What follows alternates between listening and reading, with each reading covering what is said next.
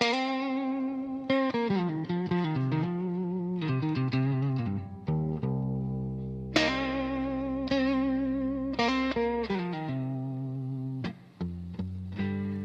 misery on America, spilling truth in the night.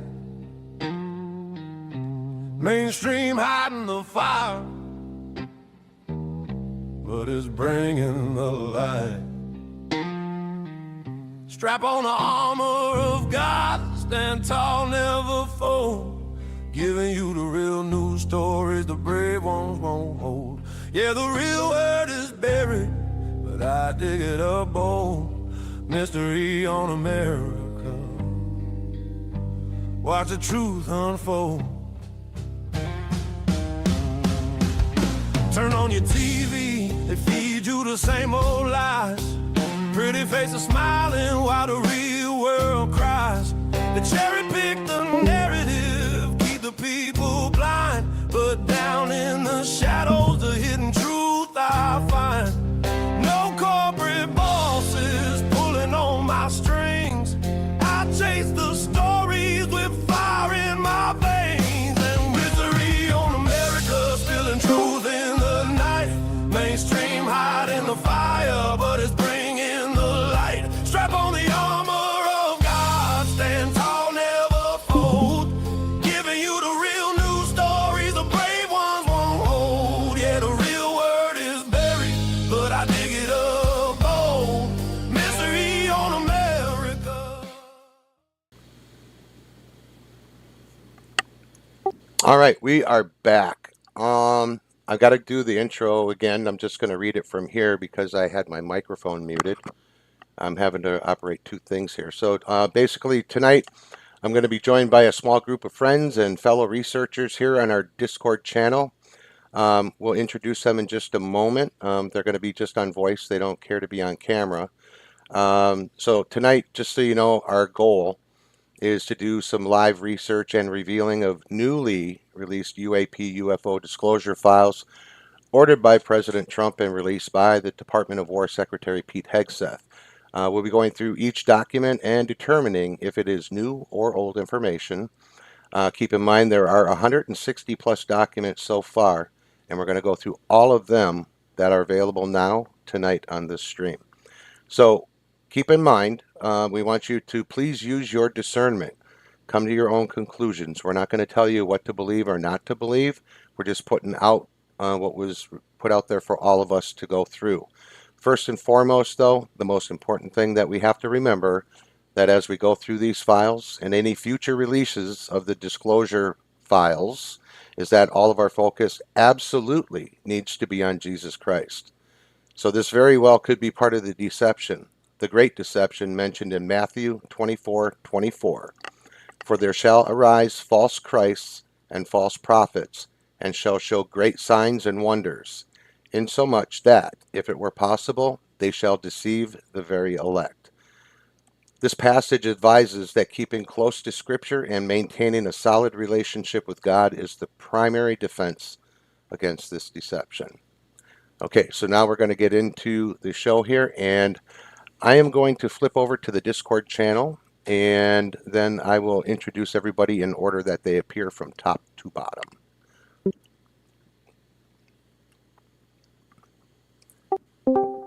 Okay, so we have Molly/Lady Molly.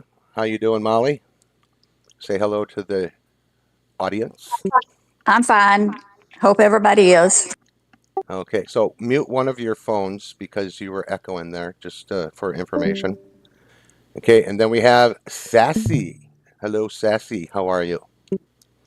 Hey, y'all. I'm doing good. Good to be back. Yeah, good to be back. And then we have Warroyd.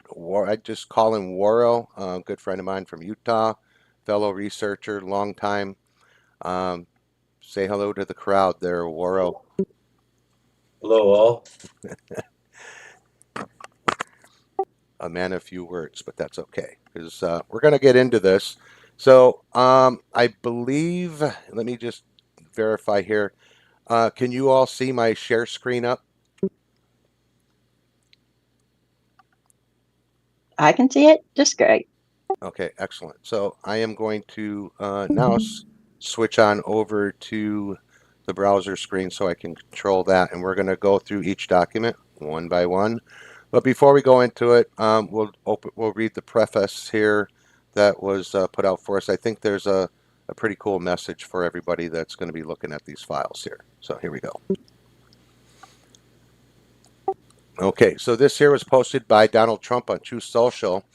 He said, based on the tremendous interest shown, I will be directing the Secretary of War and other relevant departments and agencies to begin the process of identifying and releasing government files related to alien and extraterrestrial life, unidentified aerial phenomena, UAP, and unidentified flying objects, UFOs, and any and all other information connected to these highly complex but extremely interesting and important matters. God bless America.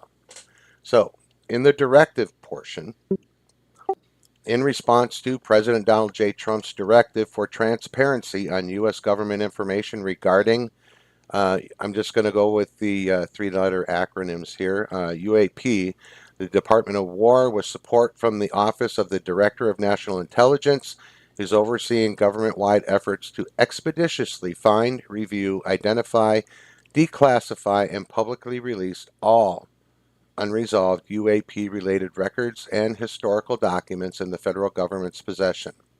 This is an unprecedented historic undertaking that requires coordination between dozens of agencies and the review of tens of millions of records, many existing only on paper, spanning many decades. Given the scope of this task, the Department of War will be releasing new materials on a rolling basis as they are discovered and declassified, with tranches posted every few weeks. See, this is just the first of many. So the materials archived here are unresolved cases, meaning the government is unable to make a definitive determination on the nature of the observed phenomena. Now, I'm going to interject a quick note. There were a couple that I noticed here that they were actually resolved, and they were said that they were birds. But I didn't go deep into the document, so we'll see if that was just smoke and mirrors or not. So, continuing on, this can occur for a variety of reasons, including a lack of sufficient data, and the Department of War welcomes the application of private sector analysis, information, and expertise. Department of War will continue to conduct separate reporting on resolved UAP cases, as mandated by statute. Under this administration, we will pursue the truth and share our findings with the American people.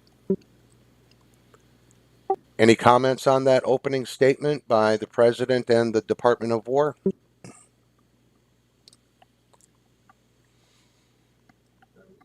It should be interesting to see. He said these are unresolved. If resolutions were just, if some that we know were not resolved, or just they were quickly resolved so they wouldn't go out. Right. Or, in other words, covered up. Or they were resolved, they were birds, just like they were weather balloons. Okay, so I'm going to continue here. So on the first page here, cleared for release, May 8th, 2026. That is today. So that was released this morning. There is a statement here. The Department of War is in lockstep with President Trump to bring unprecedented transparency regarding our government's understanding of unidentified anomalous phenomena. These files, hidden behind classifications, have long fueled justified speculation, and it's time the American people see it for themselves.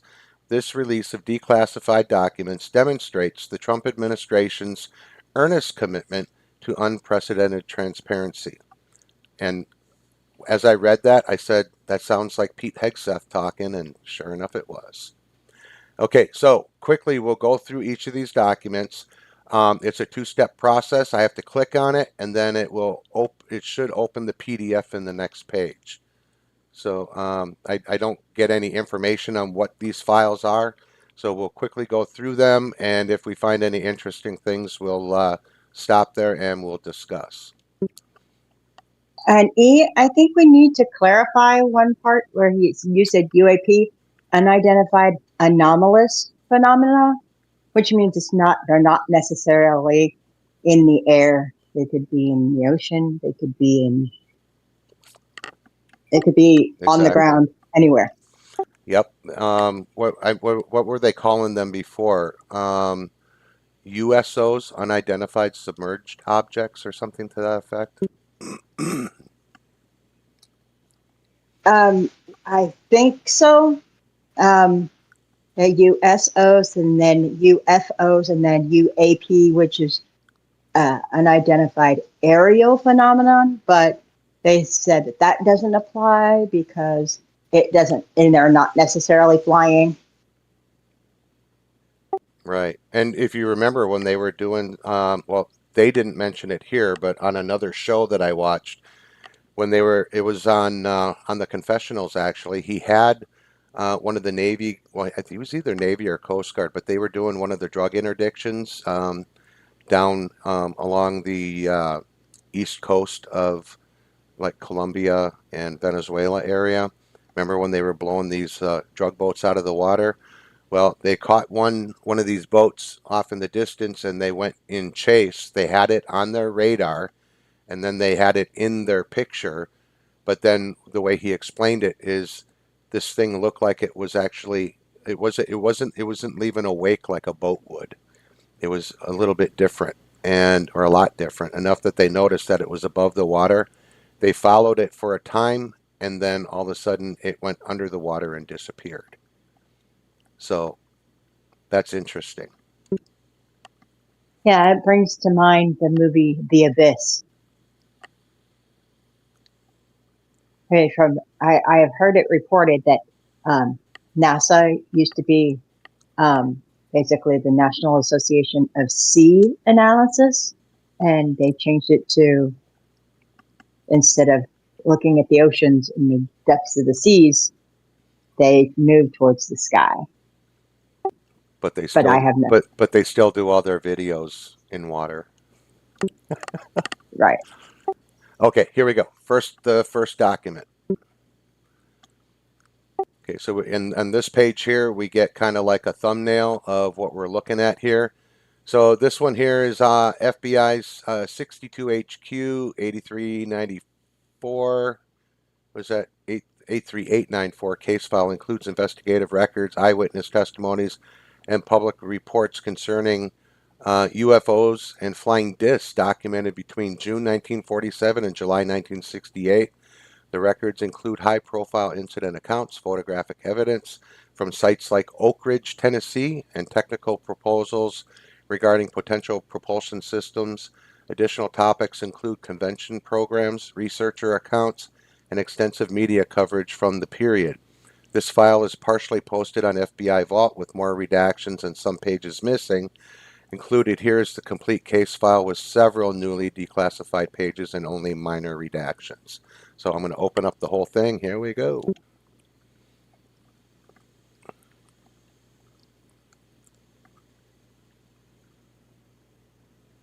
And then let me know if y'all can see it clearly on your side that it loaded.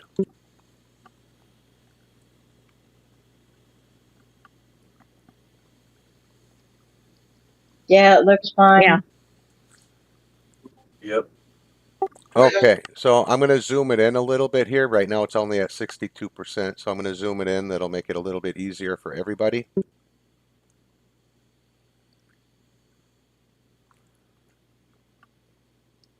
Move it to, yeah. Okay, so this here is a letter, Mrs. Levi J. Dow. Hey, wow. Dear Mrs. Dow, your letter of August 31st with enclosures has been received, and I appreciate the interest was prompted you to write. In response to your inquiry, the Bureau is strictly an investigative agency of the federal government, and as such, neither makes evaluations nor draws conclusions as to the character or integrity of any organization, publication, or individual. I'm sorry I cannot be assistance to you. However, you may be sure your communication will be made a matter of record. J. Edgar Hoover. So, 1966. yeah, curiously, what is this involving? I guess we're going to keep scrolling until we find out. All right, so this was her letter.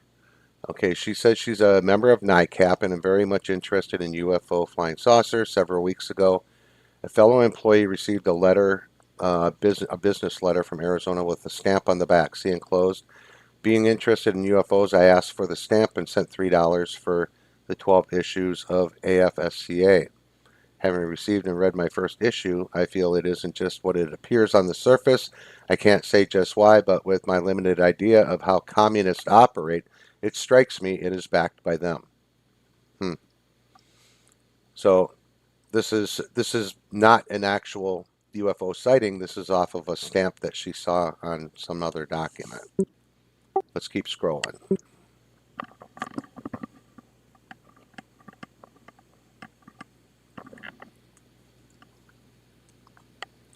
So they took pictures of the envelope that it was mailed into, it looks like. Was that in handwriting? That was her letter. They transcribed her letter over into a typewritten letter so it could be read easily. Oh, okay. So I think what she was talking about was this National Saucer Convention. I'm going to scroll back and forth because it looks a little bit wider. I'm not sure. Let me see here. Yeah, so this is like a double wide page. This is called for the Flying Saucer Convention. So there was this, I believe, is where she was talking about the stamp came from.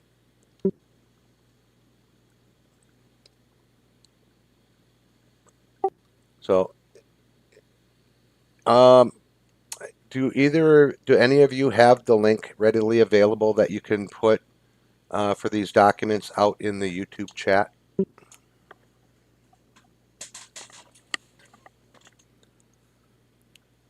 Because if we can put it out there, then people can actually open the file and follow along with us. I don't believe, and then if they find something, they can have us recall back to it. But I'm not. I'm not. Yeah, I don't want to read all of these documents because a lot of this isn't going to really apply. What I'm looking for is mainly the government stuff on the cover up and whatever they revealed that's unredacted. This here is for a flyer for a convention, and to be honest with you, I don't think that this is relevant. It's just here. I'm not able to put the link, but there's the link to the website. If you could put that, and if somebody could put that in the chat, just the link to the DOW, like we had in our Discord chat. Put that link, and then they can pull it up. I think I can do it from here. Hold on a second.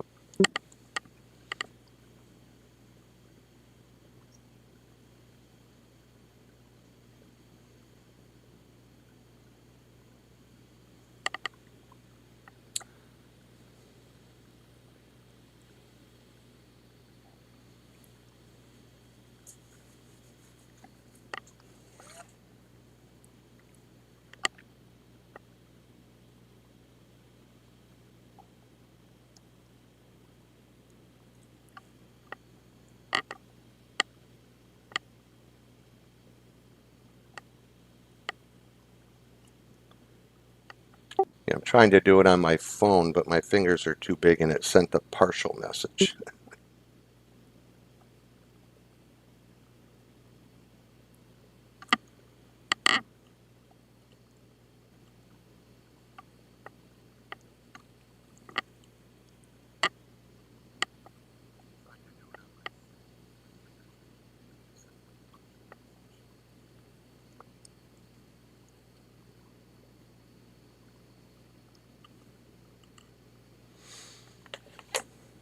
All right, check that link if somebody could, if they're on the YouTube page, if you can check the link and make sure it works. If it works, give me a thumbs up, please. Yeah, they both go there. Okay. All right, so I'm going to keep going through past this particular document here. I don't think that this document is going to have anything that right now, from what I see, it's a flyer.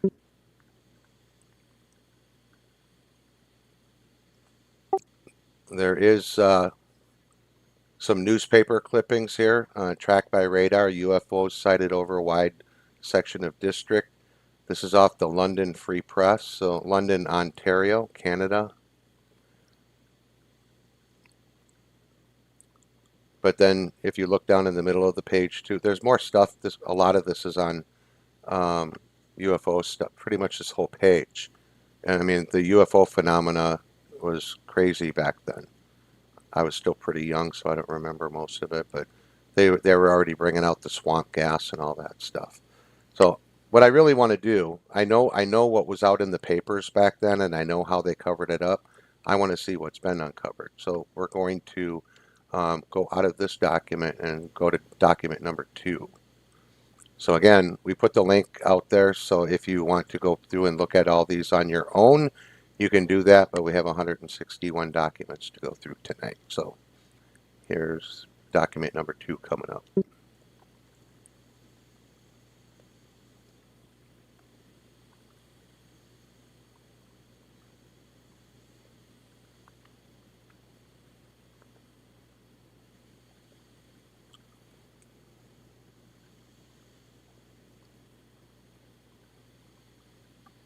And the website's jumpy. Oh, and I put the website link that we put in the Discord chat earlier. So I just put that in the chat for YouTube. Okay, sounds good.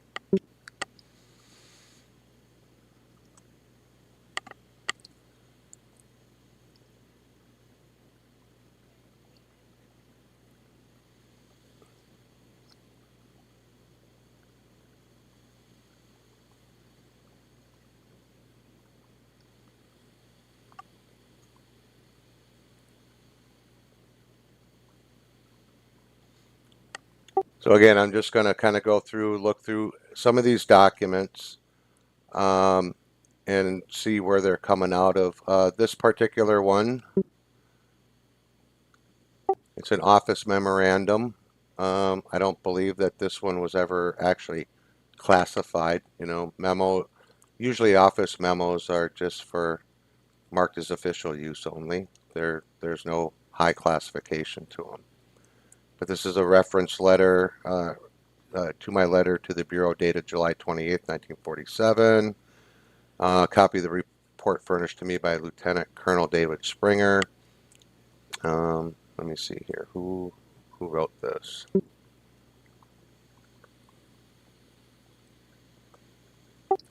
Talks about flying discs. Yeah, SAC Newark. So their reference is made to one teletype from Newark Division to the Bureau dated August 4th, 1947, stating that a flying disc had been reported to have been seen at Hackensack, New Jersey on August 3rd by one Charles Casilia and William Truex. SAC is Strategic Air Command, isn't it? That's when I was in the Air Force. That's what we knew it as, but I don't know that there's a SAC in Newark, New Jersey. This is SAC Newark, so I don't know what the SAC stands for there, but it's not Strategic Air Command.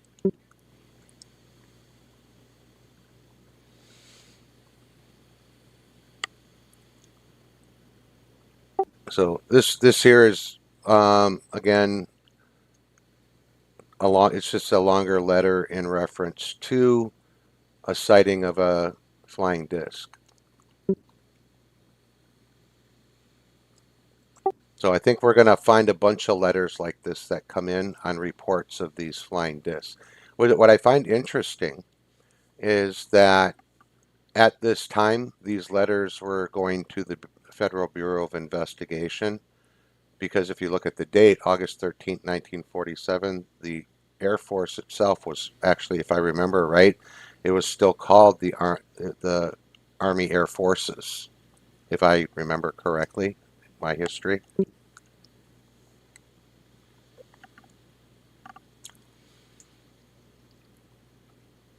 And here's another one from FBI Detroit, the FBI director, and this is marked as an urgent. It's a teletype.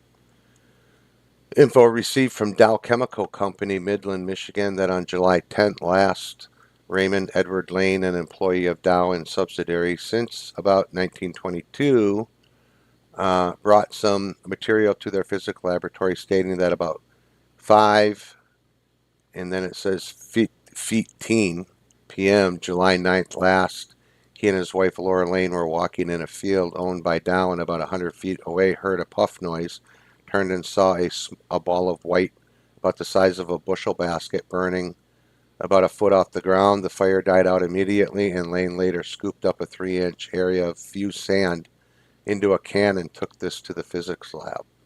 So they saw a light hovering, and it apparently turned some sand into glass.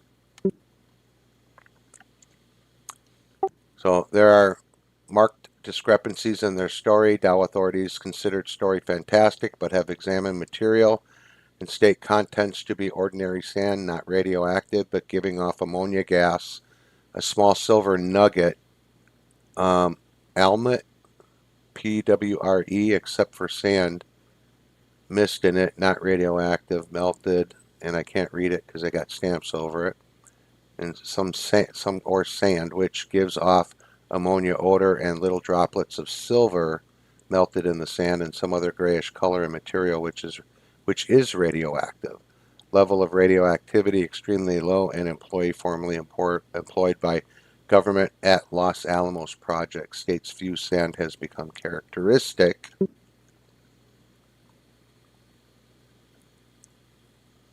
of Los Alamos sand, but not believed to be the same.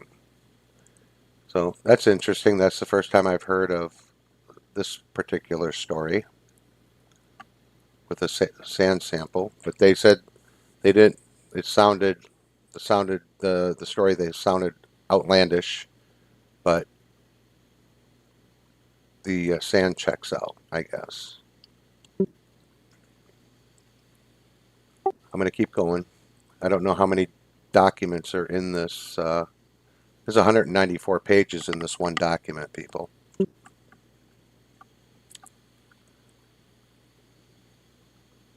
All right, some more flying discs, August 8th, 1947. That was the Dow Chemical Company, Midland, Michigan. That's the same one.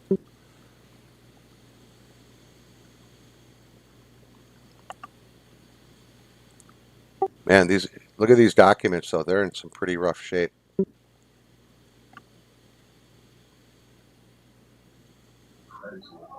Well, you would be too if it was from 1947. These pieces of paper are older than I am.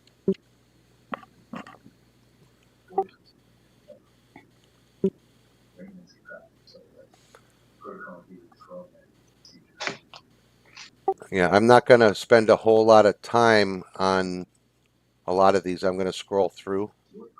And if you guys see something, just have me stop and go back. Keep in mind we have about a 12-second delay on YouTube too, so I'll have to remember to go back about 12 seconds. That's an interesting map. Aeronautical Chart Index. The aeronautical chart, that's airlines, plane flight path. Yeah, I'm just looking at how they size the squares or rectangles.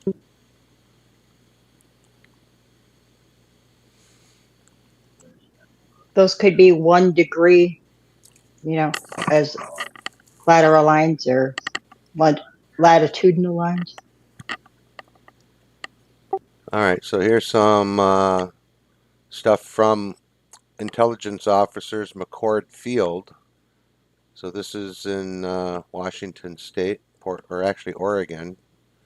It says Portland to Director, but by Seattle. I think McCord is by closer to Tacoma, but Seattle's right there too. McCord Field in Washington. See how they used to abbreviate Washington State with a WN back in the day? Isn't that McCord Field, isn't that where that Q flight came out of? That rogue pilot that crashed it into Puget Sound? I think it was an airport near there, yeah. I don't think he took off from McCord Field. Yeah, but it's right over there. Yeah, it's right, it's right on the water. by Seattle.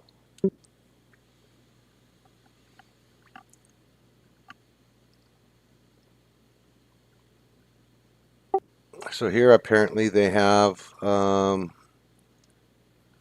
it says there is no question of the crash of the B-25 at Kelso, Washington, approximately 2:50 a.m. August 1 last having been caused by any sabotage. They state their investigation indicates the left engine burned out an exhaust stack which caused the wing to burn and break off. The left wing, as it broke off, tore off the tail, and the plane crashed into the ground, killing Captain Davison and Lieutenant Brown.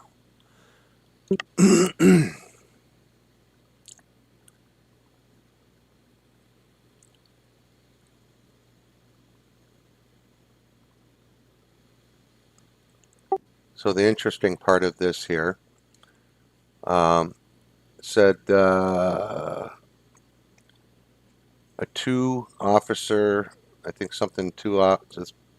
for the 4th Air Force Hamilton Field, California, advised that Captain Davidson and Brown were sent from Hamilton Field to interview Harold A. Dahl and Fred Grissman at Tacoma, Washington, regarding their report of seeing some flying discs over Maury Island, Washington, and that they obtained some of the disc fragments. Grissman and Dahl are partners in a lumber business at Tacoma, Washington. So now they're trying to attribute a flying disc to the crash of a B-29?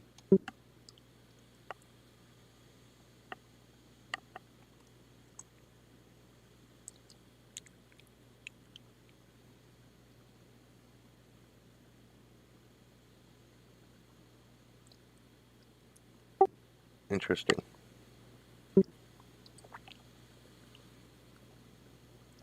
Oh, sorry, so not a B-29, a B-25. Okay, so reporter Paul Lance of Tacoma Times and United Press wireman Ted Morello of Tacoma received anonymous phone calls July 31st and August 1st last regarding the meeting at the Winthrop Hotel over the disc fragments, and that the B-25, which crashed the morning of August 1, was sabotaged or shot down. Information as yet not verified indicated the entire story started by Dahl and Grissman, possibly to promote sale of slag found in a gravel pit on Maury Island, Washington. No information available as yet to the identity of the individual who made the anonymous phone call to the Tacoma Times and the United Press. Dahl and Grissman will be interviewed as soon as possible. Investigation continuing. So it sounds like somebody was trying to attribute that downed aircraft to either a flyby or something from a UFO maybe, or some type of sabotage.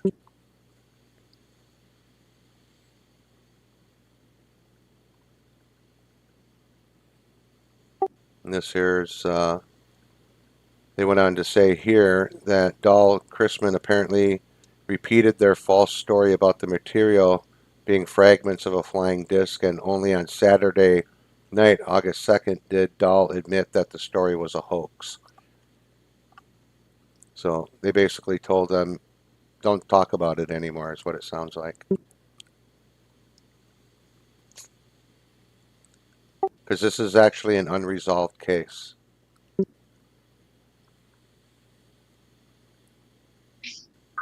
Yeah, it's a bird. It's a plane. It's a weather balloon. A hoax with slag from a rock pit.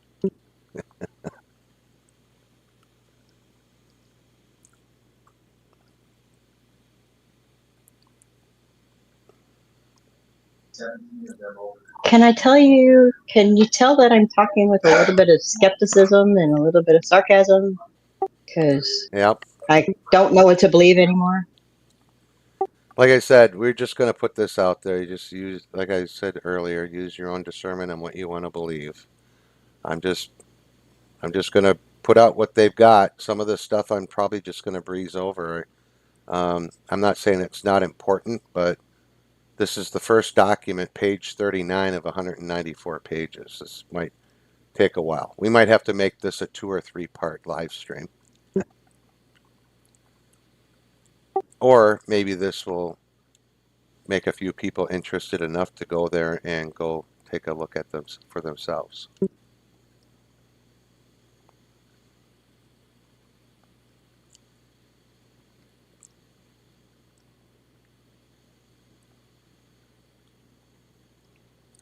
I mean, if we have to go through every letter and cross-reference stuff here, it could take a long time to do this.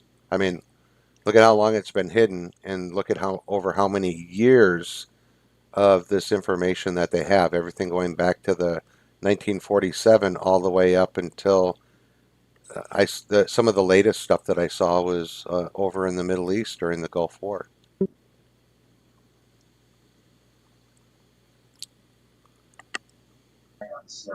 I think you need to be a little more specific than that on the Gulf War. The first one or the second one?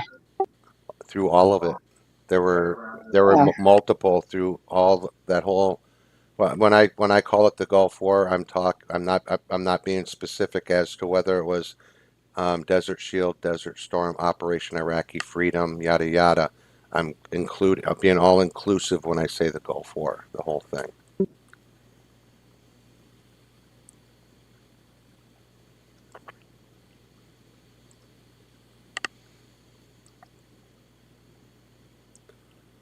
Yeah, this here is August 23rd of 47, so we haven't really moved that far ahead in history, but it seems like 1947 they had lots of sightings. And for, you figure for back in the time when they had no internet, just the half a dozen that we went through so far would seem like a lot for that time when there's no internet and information traveled a lot slower.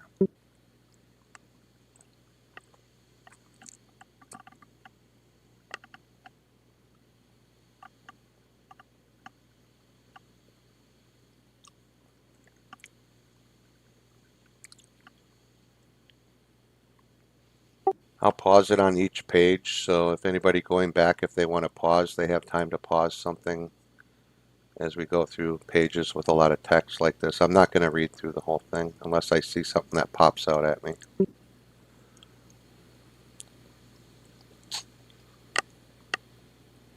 Here we go, a triangular formation between 20 and 25 minutes after the last group was observed. Similar objects were noted coming back over the city very rapidly and proceeding in a southwesterly direction.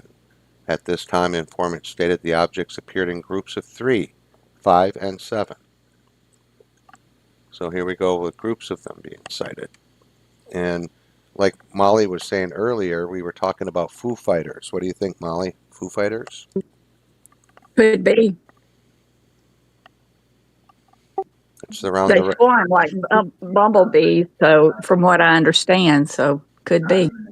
no, they're flying in groups like we've been told. In odd numbers, even the aliens couldn't even. Sorry. Sorry, I couldn't. Can't make that up. Yeah, so it is Army Air Forces. Let me see, I was correct in my history.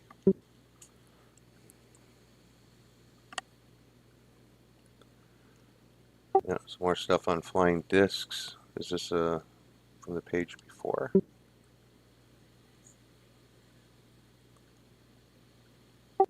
See, I think SAC might be like a special agent in command for Butte. This is Butte, Montana, I think. Or is that or Idaho? Because here it's talking about Twin Falls, Idaho. Butte is in Montana, but that might be the same area. That might be part of their area. Right. Yeah. Yeah. The SAC has to, because they've been talking about FBI, and that special agent in charge that's usually how it's listed. Or Their title. Okay. It sounds like you got the video playing in the background on YouTube.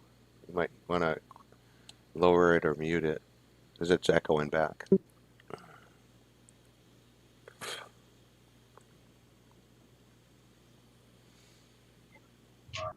No, my husband's watching something else. Oh, is he watching something UFO? It sounded like I heard flying discs. He's watching AI stories. Oh, okay.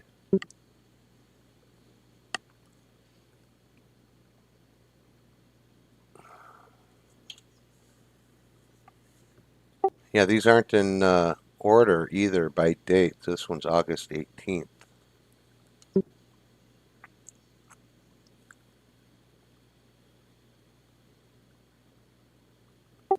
You see, it seems like a pretty much a.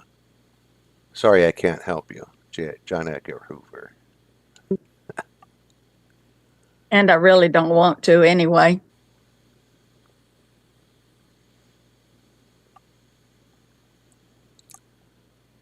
All right, Springfield. Which Springfield? There's a lot of them. Illinois.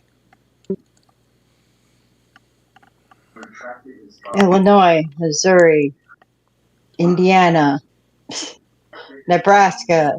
Name a state. They've got a Springfield.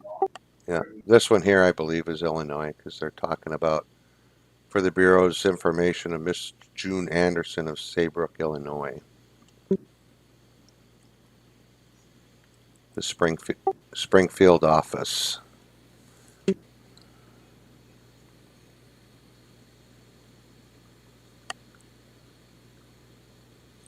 Oh, we have some pictures.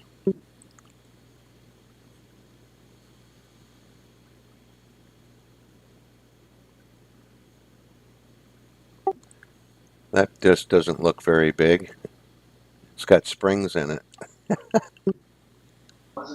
Hey, it almost looks like this disc, brake disc from a car.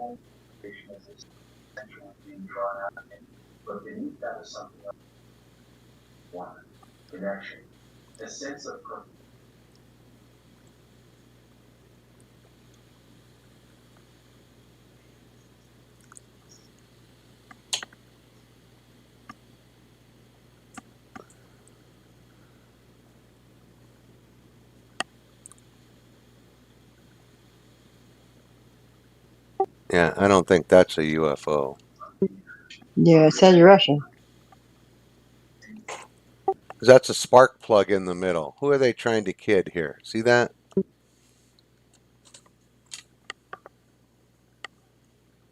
That's funny. I thought it was a spindle to one of those old LP record players. Yeah, but this has a spark plug in the middle of it here. Do you see that? Yep.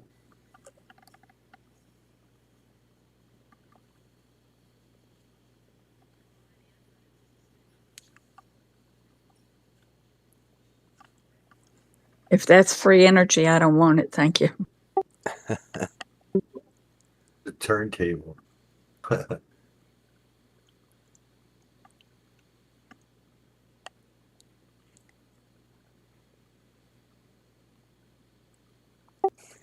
With reference to your letter dated August 20th, 1947, if it is desired that you contact the appropriate Army officials, and in the event they are not interested in receiving this alleged flying disc, it may be destroyed.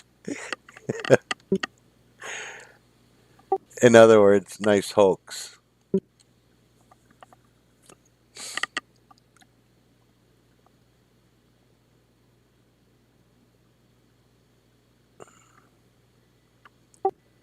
"12 to 15 round silver objects at high altitude, 12:15 p.m. September 3rd, 1947, above Oswego, Oregon. Will be interviewed." Yeah, we got to get to the 1960s now. I mean, there's been nothing here on Roswell. Not a thing.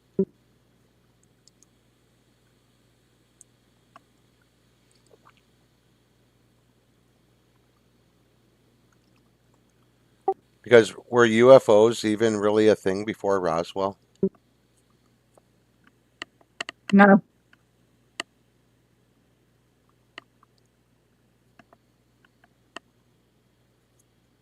I think there were a few people that listened to. I don't know when that guy, the Coast to Coast, was on, but if he was on before Roswell, it wasn't very long. And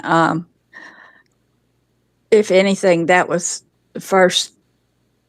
Most people, well, who Orson Welles did that invasion from Mars or whatever it was, and he liked to scare the pants off of everybody with it. But as Wasn't far that as the day the real, Earth stood still or something? do what? The day the Earth stood still. I'm not sure what it was called, but I know there was one with Michael Rennie in it, and that was the guy that came out of Spaceman. But the one I'm talking about is Orson Welles had those big spider-looking things in it.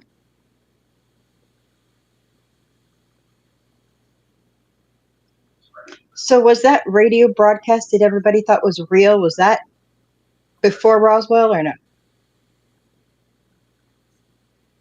I'm not I sure. don't know. Probably before.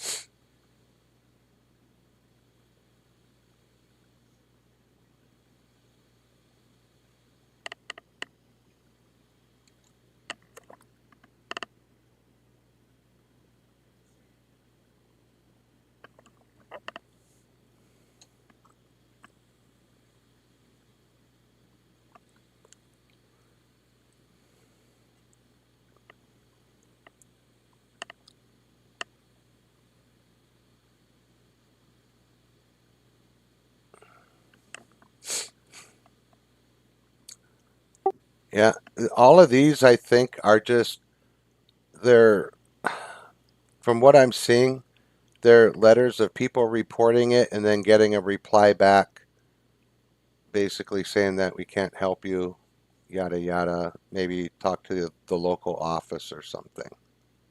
That was War of the Worlds.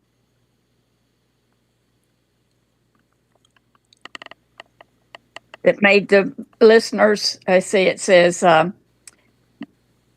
the Mercury Theater on the Air gave Wells the platform to find international fame as the director and narrator of a radio adaptation of H.G. Wells' novel, The War of the Worlds, which caused some listeners to believe a Martian invasion was occurring.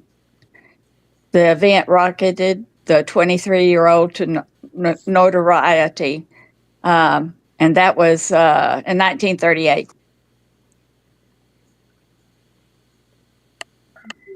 That's the one. Thanks, Molly. Yeah, so these here are all 9 years later. Look what his thing did. It created a phenomenon. It really did.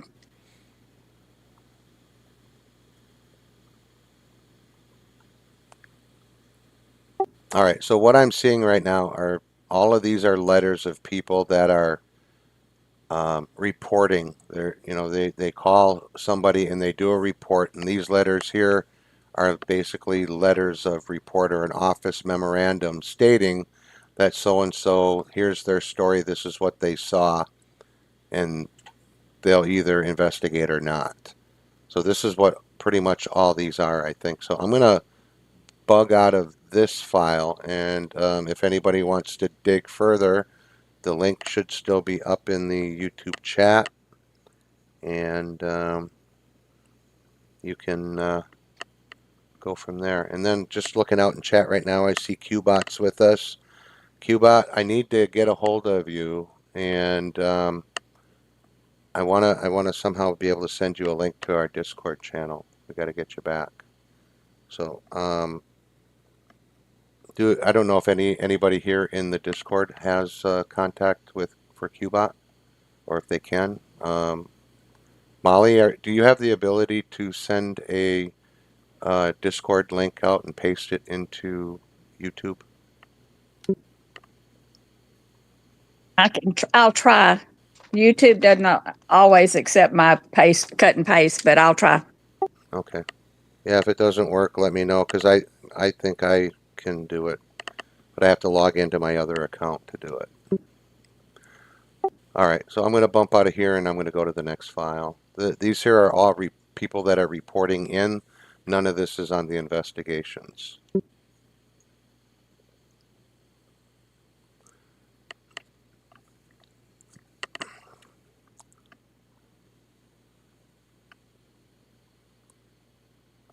So I'm going to read these headers here, and these are from, I guess it's got the same thing.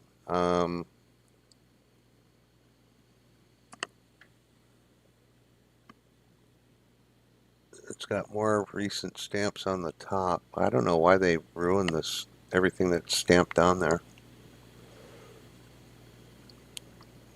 I'm going to go to a little bit more recent, I think. Unless, well, actually, let me go into this one here. I'm going to go all the way to the end on this one and see if there's actually any investigation. Okay, I put the Discord link in there. It didn't pop up as one that can be just clicked on. He'll have to cut and paste it maybe.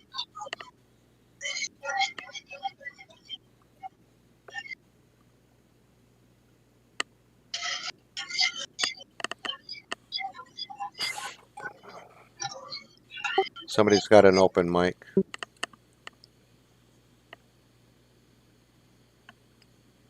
All right, I'm going to scroll to the end and see if there's investigative stuff at the end.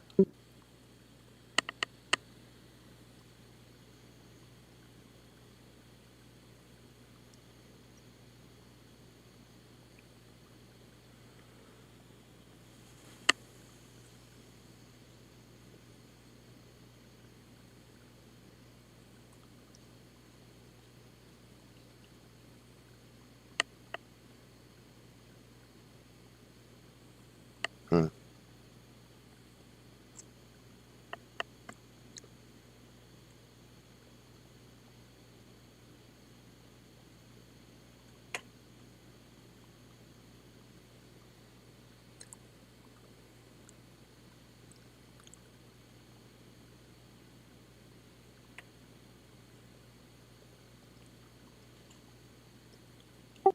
Yeah, again, I think we're going to run into the same problem here that we did with the Epstein files. They're not in any particular order. The dates are kind of messed up, and I think everything that we're seeing in these first batch are all reports or inter office memorandums and not anything on the actual investigation or an outcome of an investigation if they even started one. Qbot said, you have my phone number.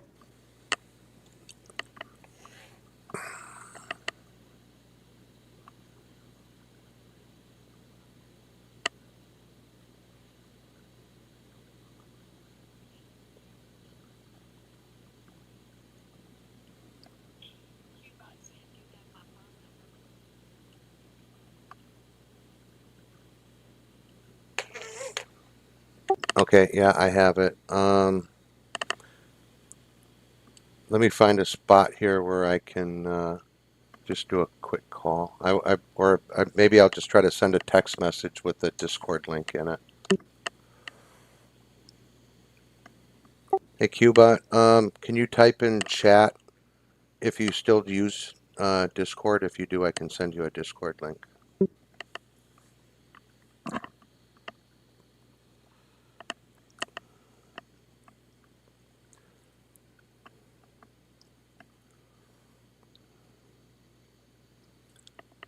All right, so now we've got something here. You know, this is like 1946, 47, Volume 2, Department of War. It's still, this is December 30th, 1947. So we'll go in that one and take a peek.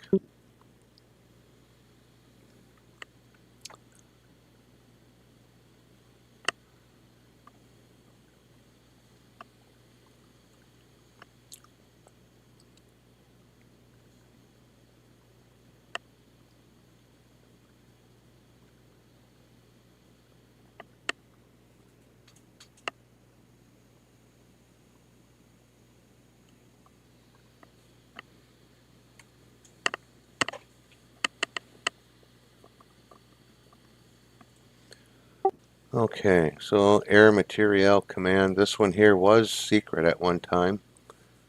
Chief of Staff, United States Air Force, Washington, D.C. Attention. Director, Research and Development, Major General L.C. Craigie. Confirming the recent conversation of the undersigned with Major General L.C. Craigie, 9 December 47, attached.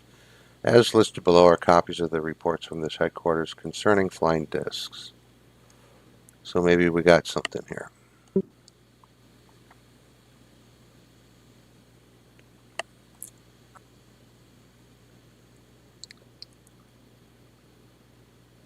So it looks like there's 3 enclosures, a memoranda from your office to this headquarters, subject above. It is Air Force policy not to ignore reports of sightings and phenomenon in the atmosphere, but to recognize that part of its mission is to collect, collate, evaluate, and set on information of this, or act on information of this nature. Implementing this policy, it is desired that the Air Material Command set up project whose purpose is to collect, collate, evaluate, and distribute to interested government agencies and contractors all information concerning sightings and phenomena in the atmosphere which can be construed to be the concern of national security. Notice they meant contractors, that they mentioned the contractors. I think they're already starting to collect and starting to reverse engineer by now.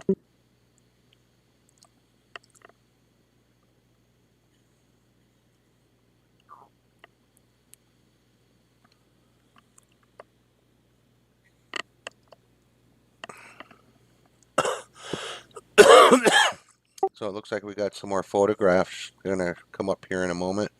So the original of this here was set as secret. Everything after that was set as confidential. Well, and so far, I don't know if there's anything else secret in this particular packet, but we might have some photographs.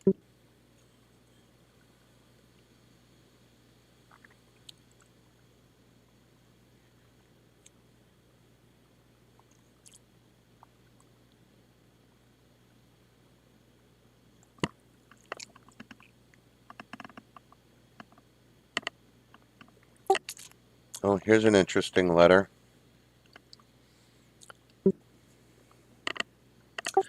This one here, they're talking about weapons that were made in Spain, some type of weapons, and then they're also talking about this letter is supposed to be supplied by German scientists. The German scientists at this headquarters indicate that no important scientists from Germany are working in Spain, and those mentioned in the article are not known to them. So apparently, well, we know for a fact that Russia got some people from Project Paperclip. The United States got some. What other countries got some? Did they all kind of get split up evenly, or what?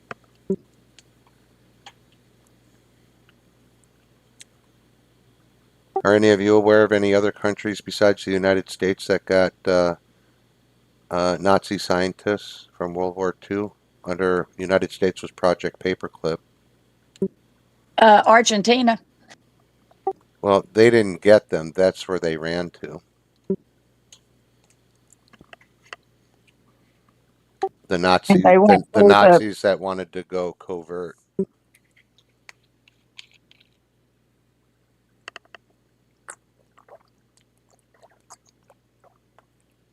I don't know for sure, but I bet England got some.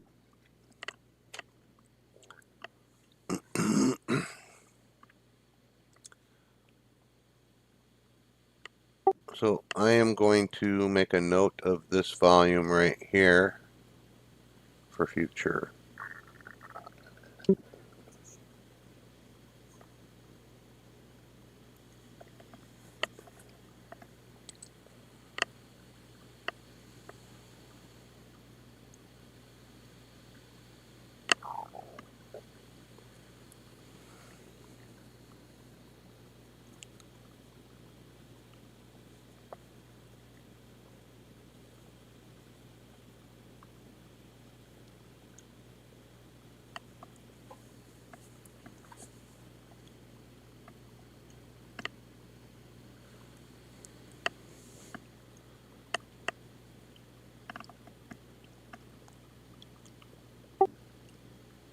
Interesting stuff. I don't know that I want to read all these here, but I think I'm going to scroll down until we get photographs. There's some interesting stuff in here that I've run across, but don't really want to be reading all this. There's 28 pages only in this document, so we should get through it fairly quick.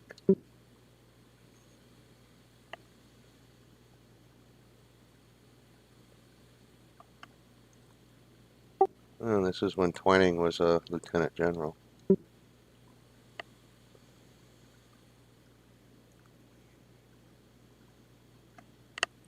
What's the name of that alien show that had Muldar? The X-Files? Yeah, that one. I'm ready to get to some X-Files stuff. Yeah, we'll probably jump over to some of that because there's a lot of documents in here. When I thought that most of these were only like 2 or 3 pages long, the last one was quite lengthy. This one's 28 pages, so I don't know how much we got to go through, but we're not going to get through all this in one night. The first part may just be the non-believables, the brush-offs. I'm going to scroll through here, not too fast, but there should be photographs here, according to what it said that there's photographs attached.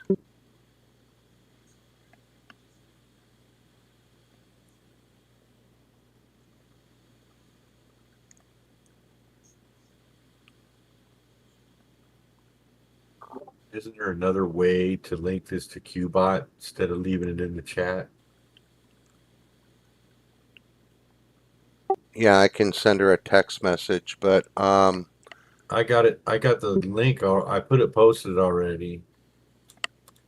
And then I just removed it because I didn't want it sitting in there for everybody and their mother to jump on it if anybody popped in. where in the YouTube chat? Yeah, I took it out though. I removed it. You can leave it. You can leave it in there. Did Qbot get? Did she say she got it? I asked and asked, but I just never got an answer. You can go ahead and post it in there and leave it. That's fine. Okay. Because it's only going to be good for 24 hours anyway. So. Oh, okay. All right. So there were no photographs in this document. They lied.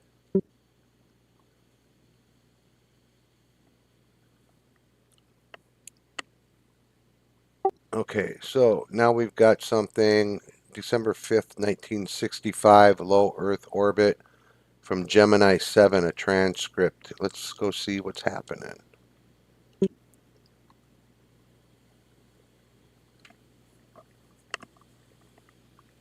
So here's the transcript. It looks like that page is partially cut off.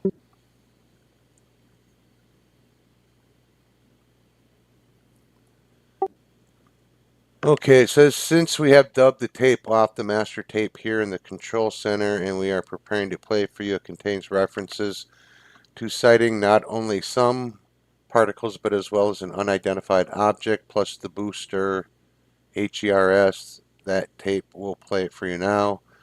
So SC Gemini 7 here, Houston, how do you read? Loud and clear, go ahead. SC, which is Borman, a bogey at 10 o'clock high. Houston, this is Houston, say again, 7. So apparently they've got a bogey at 10 o'clock, and they're like, Roger, Gemini 7, is that the booster, or is that a natural sighting? Or, oh, and then he writes, what? A what? Say again, 7. We have debris up here. This is an actual sighting. Do you have any more information? Estimate distance or size. We also have the booster in sight. Understand you also have the booster in sight, Roger. We have a very many, it looks like hundreds of little particles going by the left out about 3 or 4 miles. Understand you have many small particles going by. Garbled 4 miles. Oh, about garbled. It looks like a path of the vehicle at 90 degrees. So it sounds to me like Gemini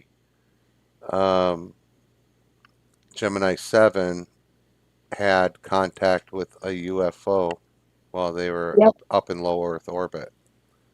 I remember that. They were broadcasting that on That was on TV, live TV. Yeah. and they even took pictures of it. There's pictures of them somewhere. Well, I don't particularly remember this because I was probably 2 or 3 years old when this happened. So, And I was yeah, in junior high. yeah. So this is an interesting one. This is 255 T763 R1B transcripts. It's on I think it's on the second page, but this is the kind of stuff we want to look at because I think there were some of these here that that's why they had delays on what they put across TV so they could chop stuff out that they didn't want to be cast on TV anymore. Yeah, and I want to know what kind of broadcasts they were doing because back then we barely had TVs.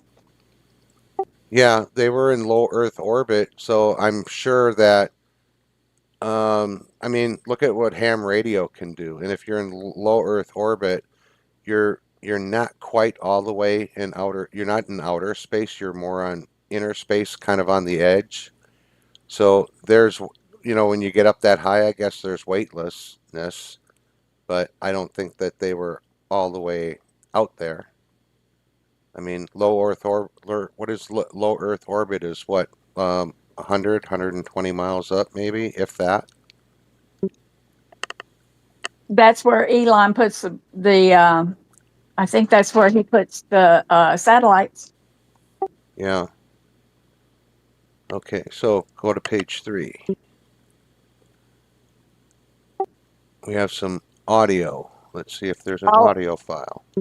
all I was saying was I didn't know they could broadcast that far with the kind of electronics we had back then. That it wasn't much. I mean, we were still on rotor phones. Right. Yeah, that's why I don't think that the phone call that Nixon made to the guys that were going to the moon actually happened. I think that was all studio. All right, so I have an audio file here of that transcript. We can listen to the original. Gemini Control here again. Earlier in the flight, you'll recall at the start of the second revolution, we had a reference to several objects that the crew spotted. This was in the area of Antigua. Due to a mechanical breakdown, we did not have that portion of the tape available for you. This was a line breakdown between Building 30 and our news center in Building 6. Since then, we have dubbed a tape off the master tape here in the control center, and we are now prepared to play it for you. It contains references to sighting not only some particles, but as well as an unidentified object, plus the booster. Here's that tape. We'll play it for you now. Gemini 7 here, Houston, out of your 8. Loud and clear. 7, go ahead. Bogey at 10 o'clock high. Yeah, I think I gave her the right. This is Houston. Say again, 7. I think I figured it out. So we have a bogey at 10 o'clock high. That's good. It takes me Right right here. to accept invite to Mr. E's place. So hopefully she sees it. Gemini 7, is that the booster or is that an actual sighting? I wonder if he's muted. Say again, 7. So we have several, looks like the 3 up there, actual sighting. You have any more information, estimated distance or size? But we also have the booster in sight. Understand you also have the booster in sight, Roger. And we have very, very many, looks like hundreds of little particles going by to the left out about 3 to 4 miles.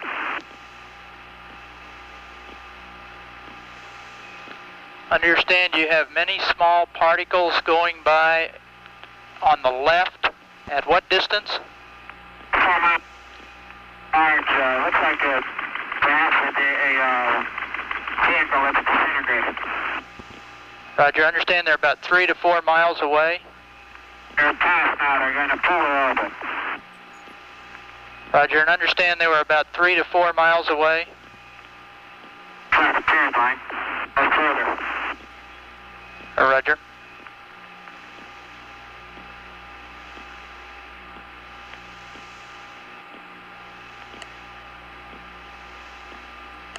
Gemini 7, Houston, were these particles in addition to the booster and the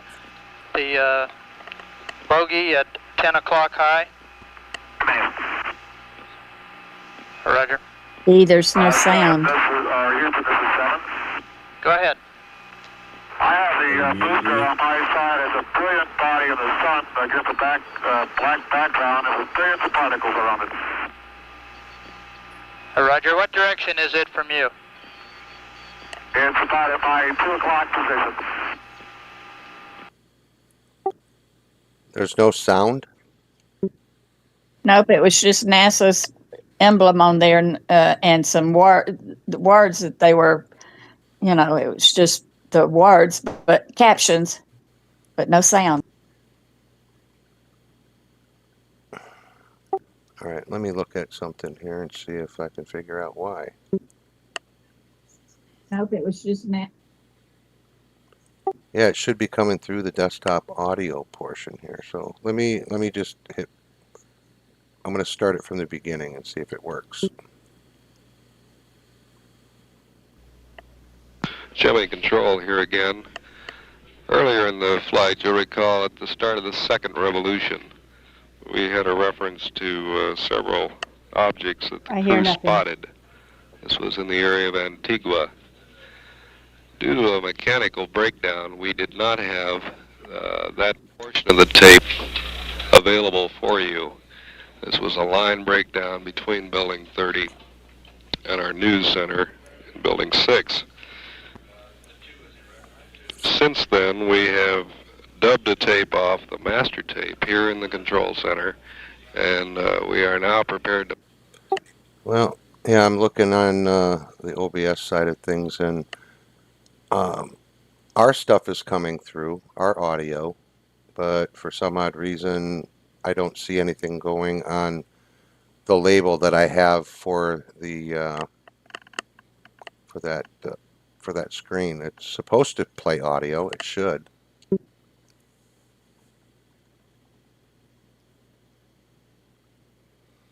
Well, again, I guess that'll be something that everybody has to go back and listen to.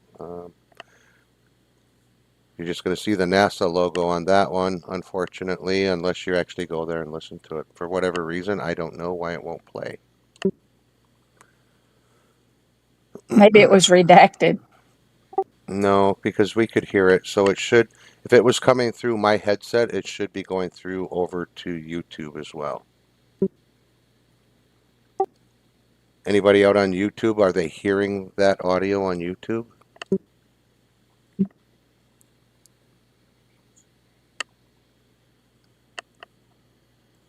I just hear you guys talking on it. But I turn it low so it doesn't echo. All right, so I got to figure out on YouTube.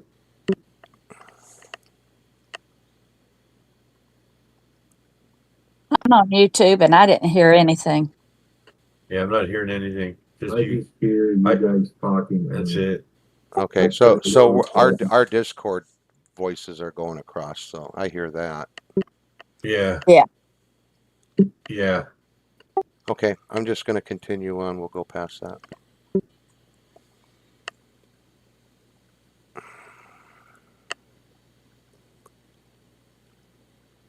A lot of stuff here from the Department of War. I think Qbot gave up.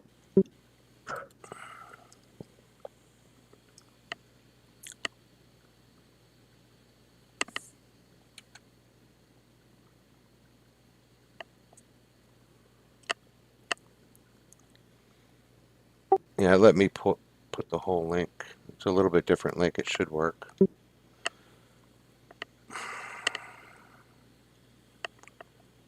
All right, No, I'm so just saying, Cubot's not even there. I tried locating her. oh, okay.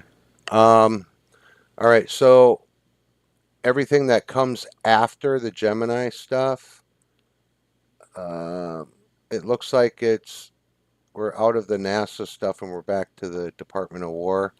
But they've got so the incident locations. We got Germany, Netherlands, Azerbaijan, and then there's something over here with flying discs for 1950, but it says NA. So we'll take a peek at that one.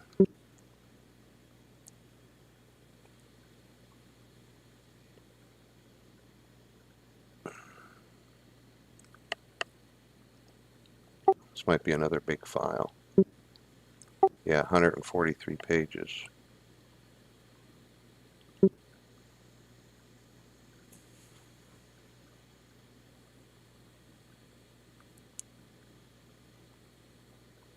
All right, so this looks like it's Lowry Flight Service Center, Lowry Air Force Base, Denver, Colorado.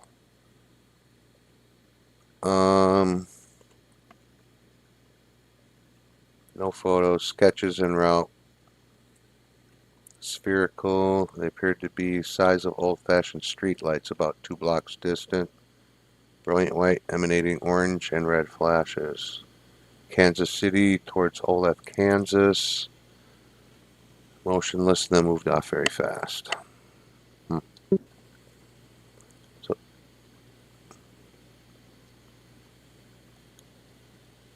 Olathe.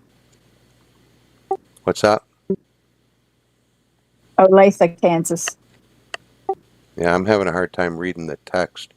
I'm wearing my new glasses, which don't work really well reading on my screen. I should put my old ones on.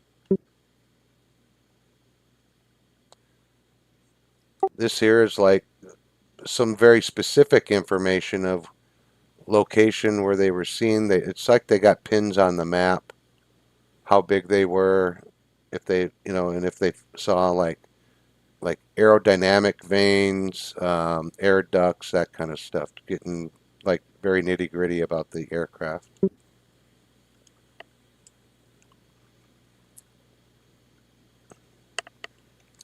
So now I'm trying to remember when Project Blue Book was started. Was that like in 1966?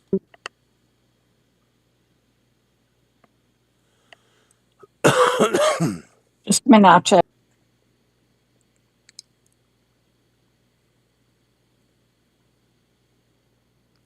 Because here they're actually taking a lot more detailed information from the people that reported them than what we saw in the previous stuff. 52 to 69.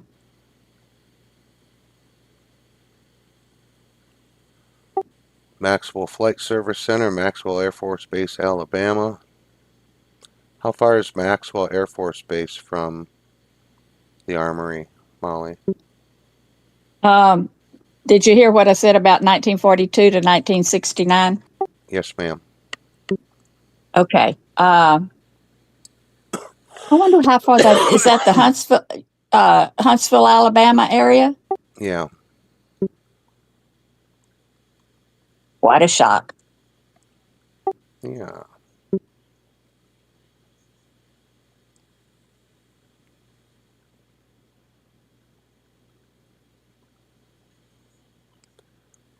Now this was headquartered at Wright-Patterson, but what were you asking for? What university or what base? I just wanted to know how close that base was to Huntsville area, the Maxwell Air Force Base.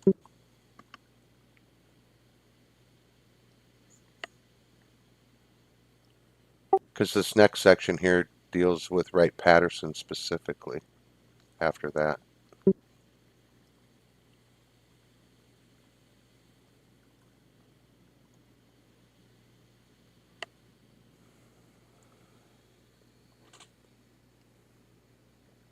So this is all over because this next one here, this is back to McCord again, for McCord Air Force Base. Location and time in the vicinity of Portland, Oregon, Mount Hood, Oregon, July 30th, 100, 1949. 192 miles. Not close, but it's not that far. Straight south. And it's 2 hours and 51 minutes. Probably 10 minutes flying time.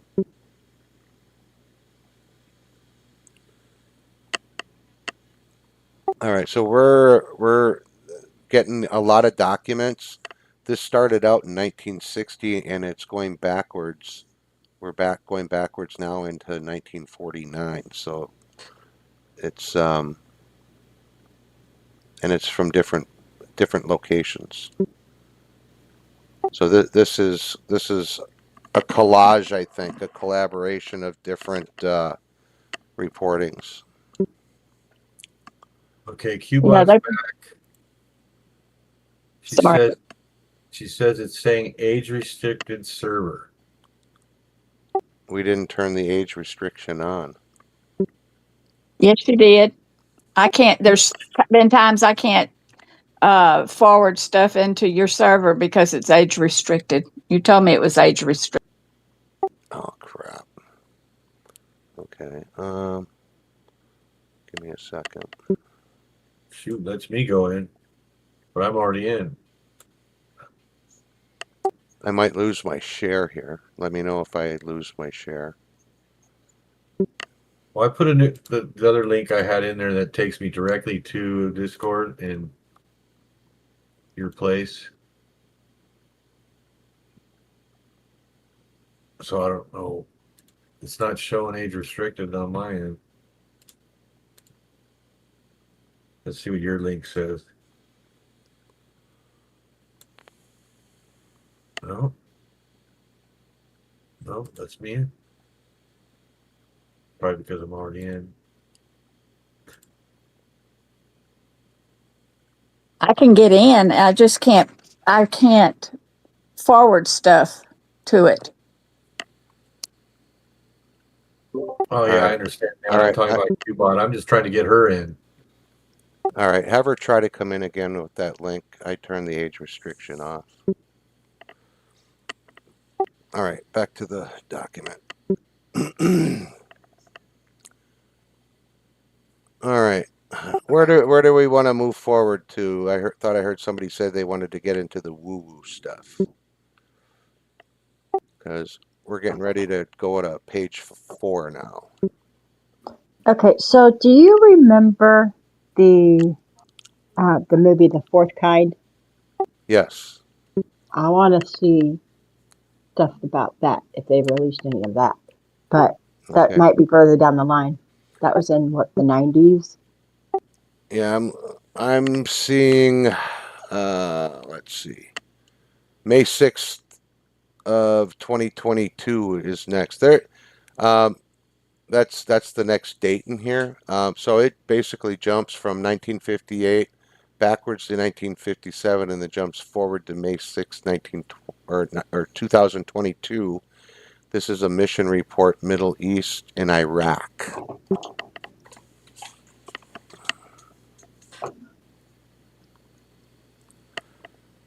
And this has quite a bit still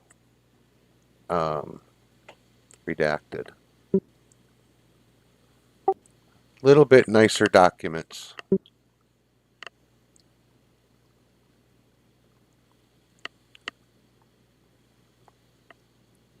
United I don't States like it. Central Command. I don't like that it says mission narrative. That word has a negative connotation to me. Yeah, you have to understand the way the military speaks, though. It's different and doesn't have the same connotation. At least not to me. Right. Well, I was in the military too, so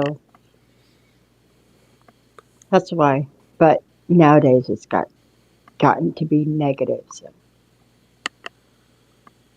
What word was it? narrative. All right, so I get down to the observation portion here. From 1514 Zulu to 1934 Zulu, redacted, observed 5 UAP fly across the screen at 1514 Zulu. Blank observed a UAP with the visrec of a possible blank missile fly across the FOV IVO 38 SMC 53 blank blank blank. Proceeded to see 4 other UAPs in their FOV, that would be field of vision, until 1934 Zulu. All 4 remaining UAP fit closer to the profile of possible birds. Weather. Dust hindered most of my FMV collection of the ground. Nothing burger. Or still covered up. So there were a lot of the military sightings. They did have a huge video database that I had heard about from, I believe it was a military person that was on Tony Merkel's broadcast, and they saw lots of them, brought some stuff up about it. I think even Mike Jaco talked about this some months ago. That they have a database at the Pentagon where they store actual video that's collected of any UAPs that are videoed and captured by anybody in the military, by any means that they captured it, by cell phone or even by pilots with their radar and their cameras on their aircraft. Mr. E, Yes, ma'am. I was looking at the Huntsville area, Redstone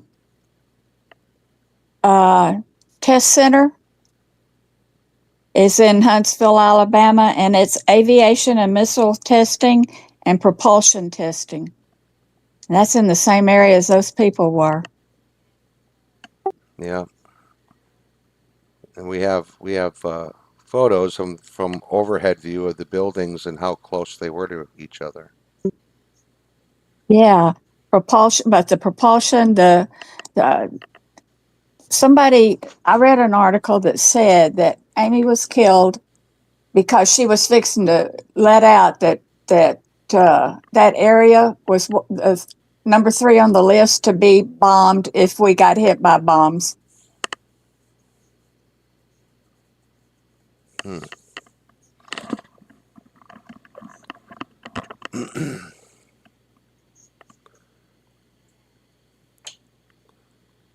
Yeah, some of these newer, I'm calling them newer ones, the ones from the Middle East, the reports are very low key.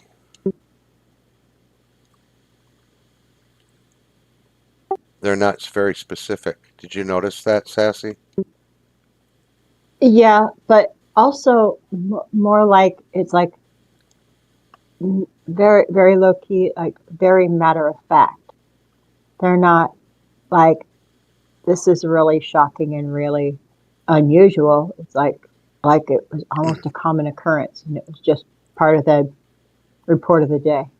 I think it actually is, I saw some stuff when I was in the Air Force that still have no idea what the heck it was. I mean, I saw something that looked like a flaming sun flying across the sky very slowly, like it could have been a comet that was very close. I don't know, but it looked like a sun, a small sun, because it was a ball of flame with a flame tail after it that flew through the sky, broad daylight, and it flew right over the base. And nothing was said on any of the news channels. Nothing. I got on the phone and called Central Security Command and said, hey, you guys send somebody outside to go look at this. Tell them to, when you walk out the door, look towards the wing command post and look straight up. It should be right over the top of you. And it was a couple minutes, and then everybody apparently ran out there, and they were looking at it. They saw it, but nothing got broadcast about it over the radio. We didn't even broadcast anything over it. It was just the weirdest thing. Redstone Test Center was not even brought up. on anything, but it's a test center for the different kinds of propulsion and such as that. And that's almost every one of those people were working on some kind of propulsion, fusion propulsion, plasma propulsion, or something like that. One of the propulsions. And this is a big this is a huge thing. And nobody has said a word, at least I haven't heard anything about Redstone. No. And why do you think Trump moved U.S. Space Force there? Yep. Because it's something that he knew he was going to turn out a bunch of stuff, UFO stuff. And maybe they're helping go through that. I don't know. But I do know that from what Ryan said, they've been working on the propulsion, the plasma and fusion propulsion for a good while and weren't making any breakthroughs. And then he said all of these, the guy at MIT, the one that was shot during the red flag, when that happened and he found out what he worked on, it was like light up the sky. That's the way the light bulb came on in his head. He had heard of some of the others, but he had never matched them up. And when that one was killed, he said, there's something going on. And you start looking at it.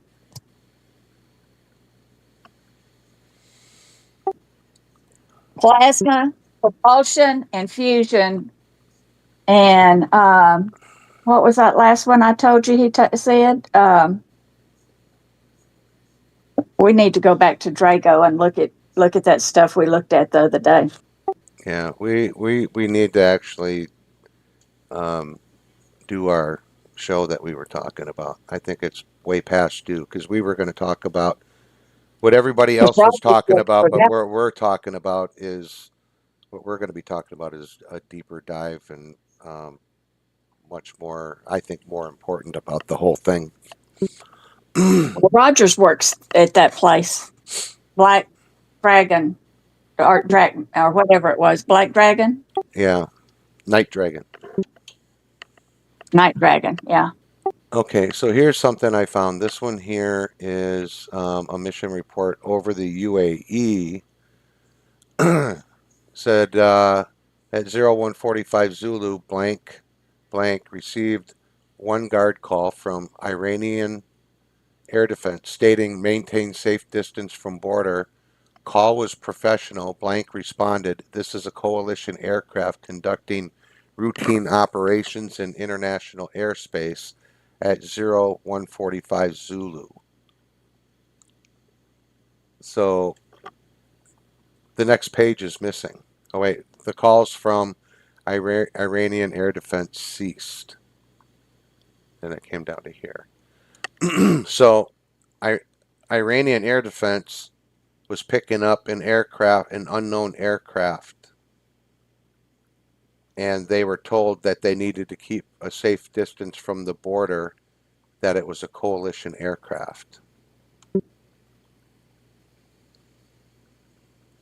So it sounds like they admitted that we have some previously unknown type aircraft. My guess, from what I saw from some of the photographs that were taken from over there, most of them look like a TR-3B, the triangle, smaller. They, probably the size of like a fighter jet, maybe a little bit larger. But then there are also some that looked like more like a box. Basically, if you take a submarine where it's got the what is they call that, the conner or whatever, the tube that goes up from the center that's got the ladder. So it would look like that with the front and the back cut off. So it would look more like a square with one of those on it. Those were some of the other photographs. Not like a typical disc that you heard about, and it didn't look like a TR-3B. It looked like basically um, a a rectangle that was a three-dimensional rectangle with like a, a high port or a con on the top. That was about maybe half the height of what the ship was.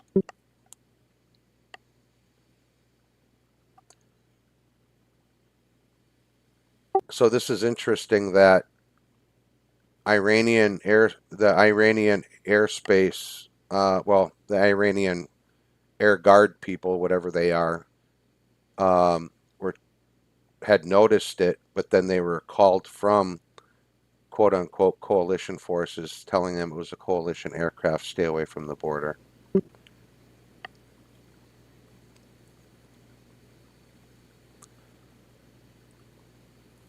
I'm going to see what else we got.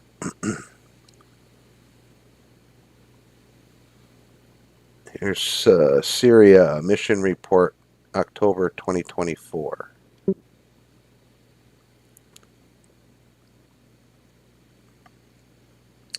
These get good. Proceeded to fragged tasking. Observed an unidentified aerial phenomenon, CUAP-1. Blank was 7-lined, arrived on station at 2318 and performed FMV SIGINT collection at 37 SFU. Returned to base at 0447 Zulu, conducted SLR and landed at OJMS. Full motion video was exploited by Get, whatever that is. 2024 mission hours, 1422 FMV. I don't think it really goes into any more on that. I think they wanted them to look at the video.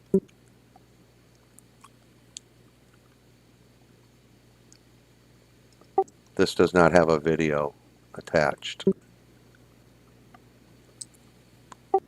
Observed 3 times ADMS and 1 Moto Ivo.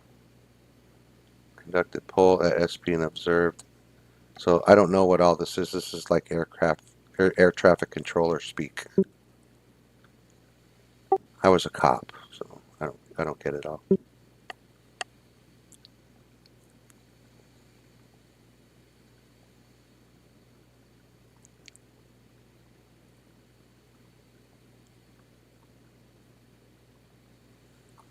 So light and glare from unknown origin flashed across my FMV camera feed. Air crew assessed this is not to be a lasing event. Observed multiple glares or light from unknown origin at different angles and directions.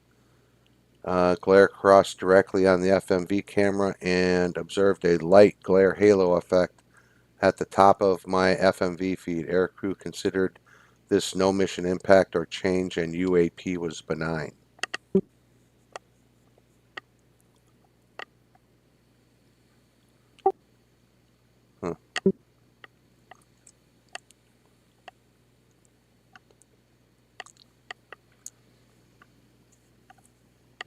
I'm going to kind of move forward a little bit quicker here and see if I can find some more of the woo-woo.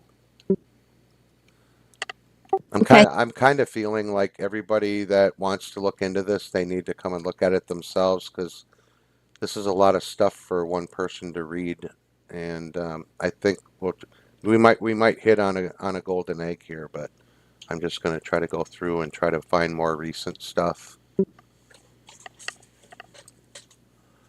I think they were cherry picked really well.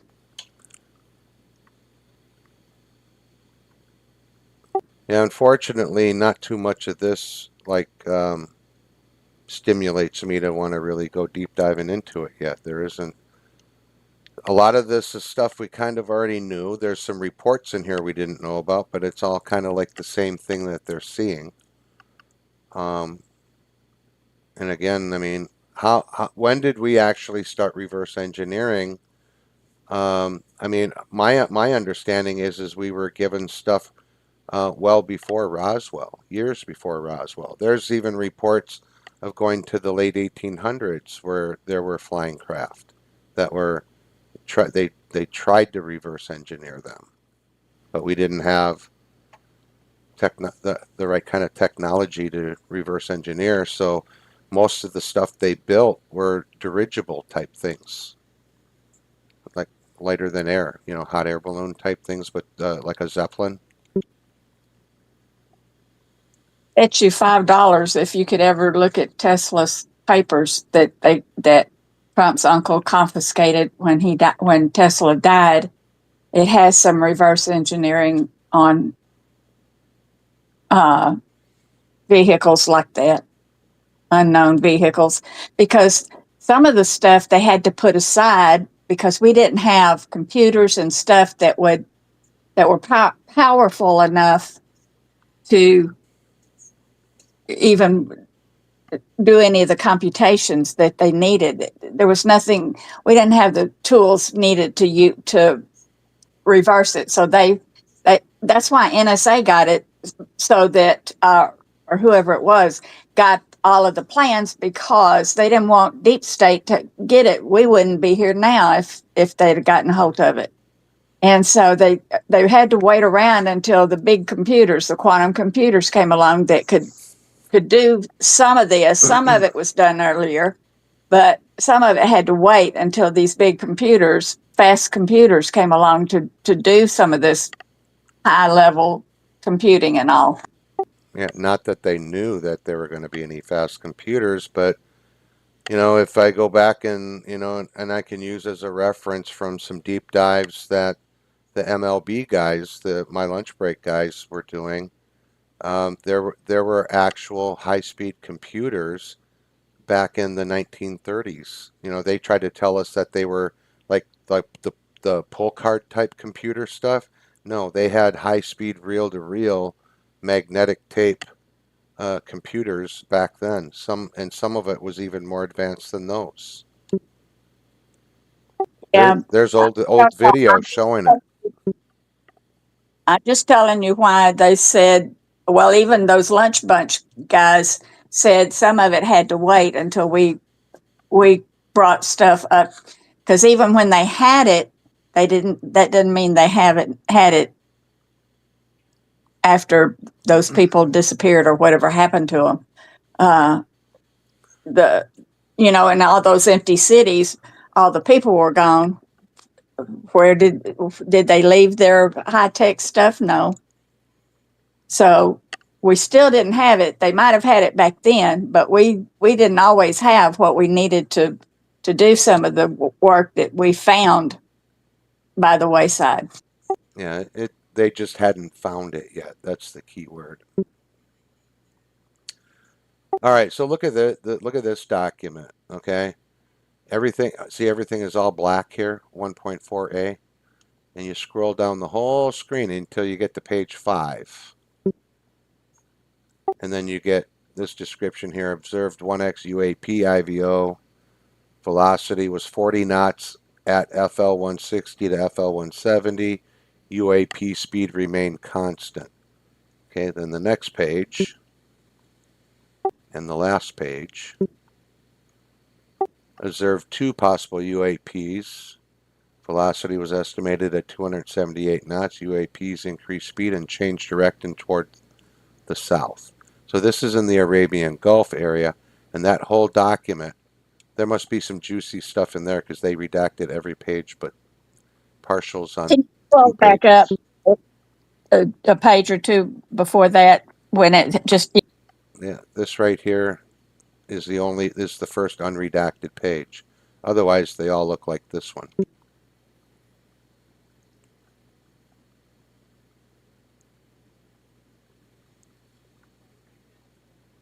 I just wanted a picture of it so I could read it to Ryan when I talked to him.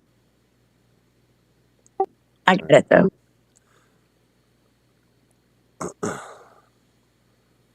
All right, now we'll go to, that was the Arabian Sea, 66, 2000, 2020 mission report. Arabian, this is a different one.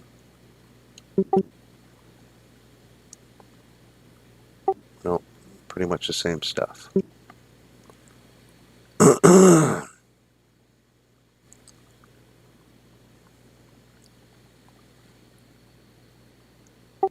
Okay, I had this one open before. This here was a phone call talking about a unit that flies blank, so they redacted out the name. My guess is underneath there it says TR3B. They said to me that the 2 lines listed are on the classified level and that adding in the AOR and Indo-PACOM is also at the unclassified level. Per our conversation, can you please confirm that the blank, I'm thinking TR3B, tear lines below are at the unclassified level? Also, could you please confirm that we can use the AOR? So this is basically what they wanted to make sure that they could put up. Hello, I wanted to clarify that these tear lines are approved at the unclassified level. U.S. aircraft observed one time possible UAP for 12 seconds flying at unknown. So I think I looked at these already. But what's interesting is that they have the aircraft type is what's redacted. So you know what that tells me? They redact it, but you know what that tells me? We have stuff that they don't want people to know about yet.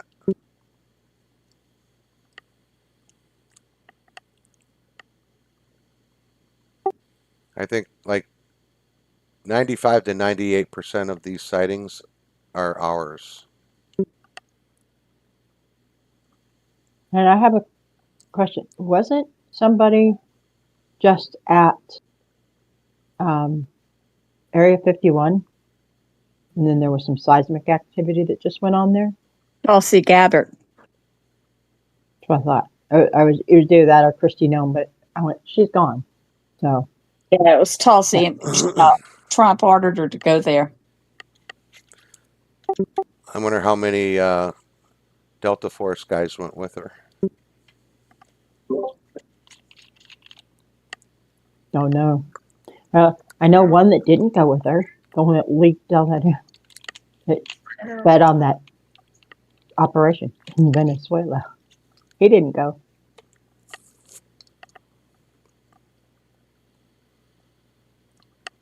You're talking. You're talking.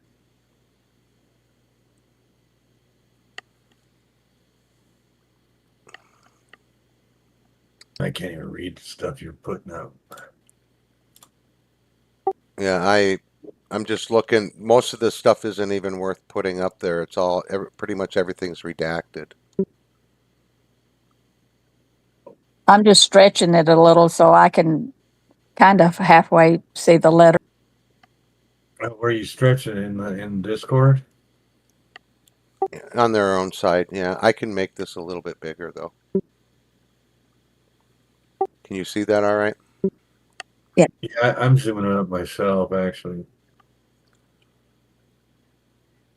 I think it's actually looking okay on YouTube. Yeah, on YouTube, I can't read it on my end. Okay, that's better.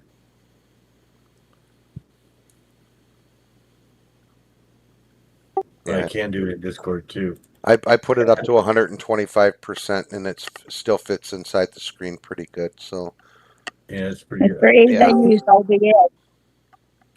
There's Qbot. Hello, hello, hello. They're using OBS. And Qbot, we have push to talk on.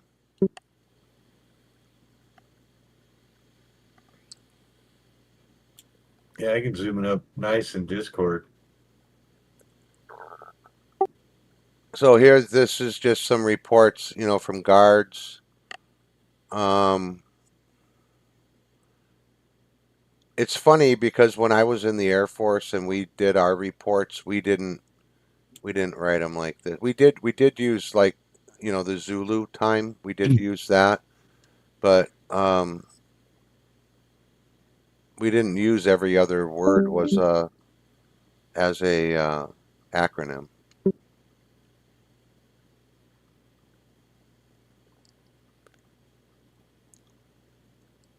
Okay, so see observation line 1, line 2, and line 3. Let me bump down a little bit. I don't show push to talk. Hey, what's up, Cubot? Glad you made it. Can you hear me? We can hear you. How are you? Yep. Oh, wait. I've been fighting this thing for 30 minutes. Man, I've been fighting it with you. I tried. I got beat up. Yeah, well, it kept telling me I wasn't old enough. Be glad. Idiots. Anyway, I'm finally in here. That was Hello, everybody. That was my fault. I didn't realize I set it for age restricted. That's about when I told him. I finally made it. I had to go back to one of my older Discords, passwords, and it finally let me in because it had been there, for a while. So I guess by then they knew I was old.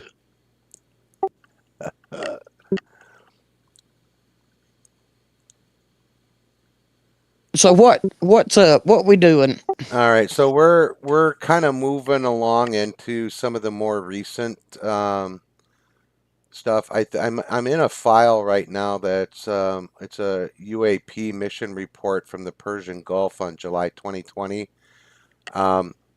It's reporting some UAP stuff, but the thing is most people won't understand this because it's all super military talk. We're talking like acronyms every other word, and Zulu time is Zulu time, right? But they don't understand. They won't understand the acronyms. Yeah.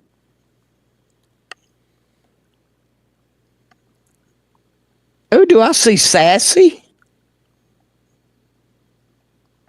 Hi, Cubot. Is Sass? Hey. How you doing? Wow, been a while. It has been.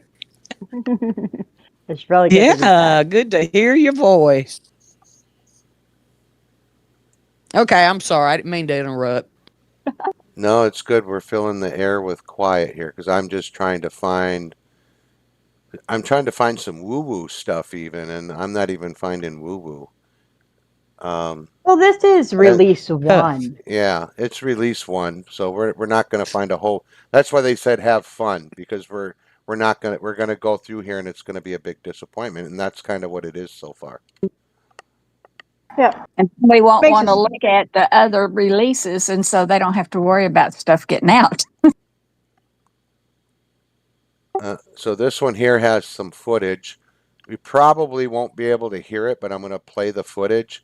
What I find interesting on all of the videos that I've seen so far that show UAPs, they actually redacted the UAP. You'll see this in just a minute. Watch this. See the black square in the middle?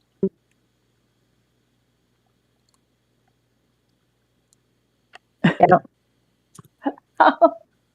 Wait a minute. This is supposed to be disclosure about UAP. Actually, if you look above the square, there is a white dot up above the black square.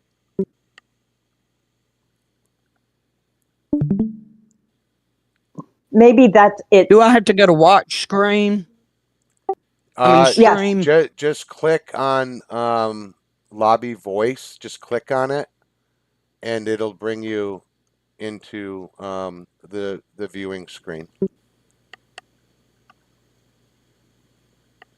Well, if you have the watch video, click. Okay. Double click on his watch stream or whatever, and then it should maximize his screen. And it says the United States Central Command submitted a report. Is that what I'm looking at? Yes. Oh, you just changed it. Yep. Okay. I brought up another video. I got it. Okay, got you.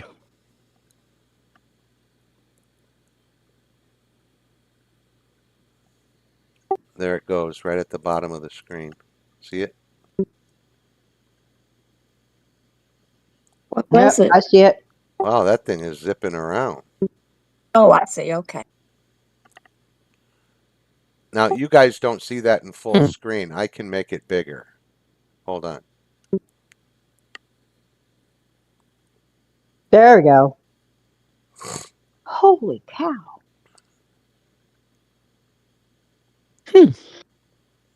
Unfortunately, we don't have, all these redacted boxes all over on the outer perimeter of this video. Gives you the timestamp and the date and all that stuff. And so we don't have any of that information. And somewhat of a location. Right. Like if it's from the International Space Station or if it's from,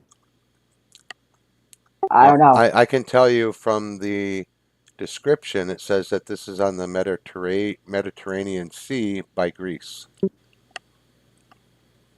Okay. Yeah. I mean, that would make sense. In the air. What? From way up high in the air. So, an Probably a observation satellite. drone.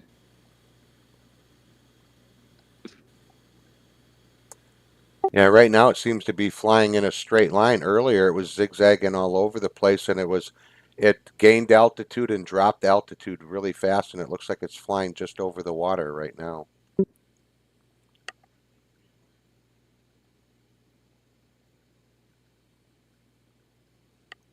And this video has no sound, so you're not missing any pilot talking.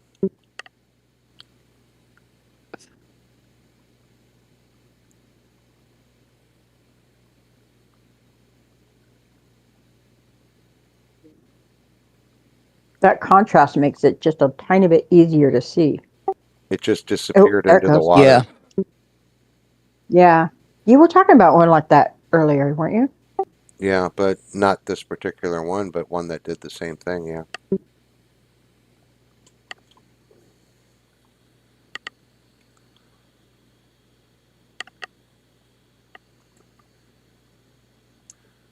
Okay, I think we might have found our area that we want to start looking. Yep.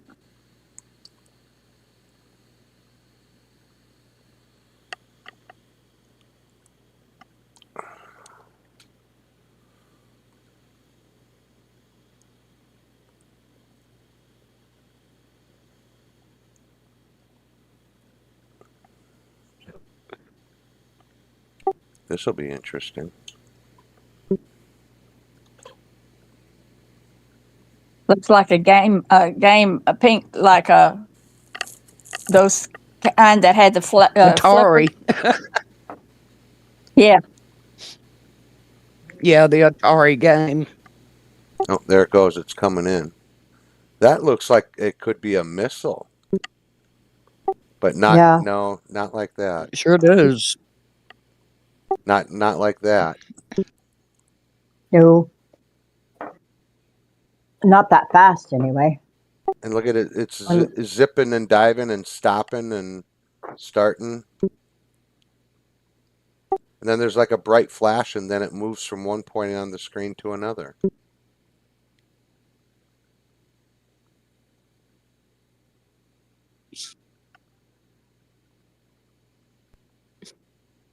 Looked like it was looking at a frigate first, and then it was like, hey, what's that?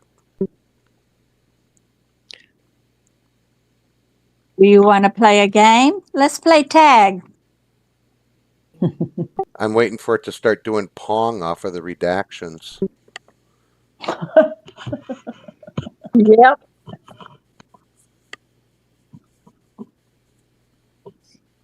I used to spend hours playing that game. Hated that game.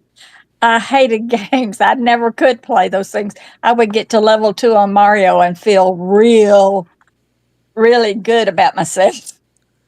You know what's interesting? These last two videos that we watched are even better than the original Tic Tac video. Mm-hmm. They didn't want us to see that Tic Tac video. Did you see that dark shadow that just went across the top? Yep. Yep. Wow, more redactions coming. There's something big too. Be Yeah, quiet. whatever it was big. Look at that. Look at that. Okay, that's the end of that video. It like had a major sprite flash at the end. Yep. All right, so that's You know what that reminds me of? More of like something like a St. Elmo's fire. Well, I know they've changed the name of them, but they're still UFOs to me. all right. Here we go. This Makes is like sense. following a ship, and look what ran up alongside the ship. Now there was another Yep. show that I watched where they talked about certain countries, like Russia was one of them. They would go out into the ocean in their small fishing ships or their frigates or whatever, and they would park or like sit, and there were got some of our guys in the Navy that were on subs, and they would be out at a distance. They'd go to periscope level and be watching what's going on with that frigate. And just like what happened with this one, I'm going to hit replay. This is what they said that they saw. Watch coming on the left side of the screen from the bottom to the top. But see, Yep. the frigates would be stopped, and then those lights would go past, loop around, come back, and hover close to the ship. Almost like they were doing some kind of an exchange or something. But they were saying that they were Russian ships.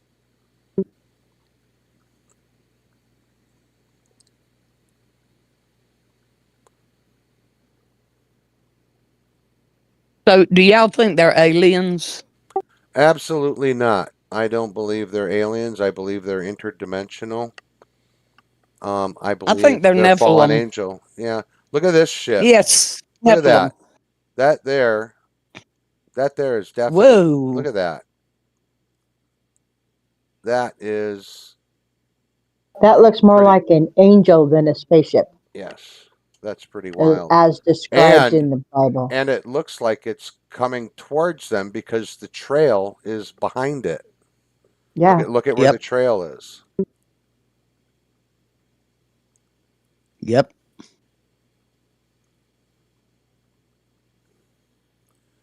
But just the I watch shape a of that, pastor it that looks talks like about a the star. Nephilim. It looks like a star. Yeah. Well, if you, sorry, if you look at it, if you, you're seeing, I'm seeing a Whoa! See that? two-dimensional, Look at Whoa. what the heck. but it's coinciding with this thing. So that Yeah, that's that's like a represented reflection off of him. what an angel would look like. But look at over here. Look at this thing moving in.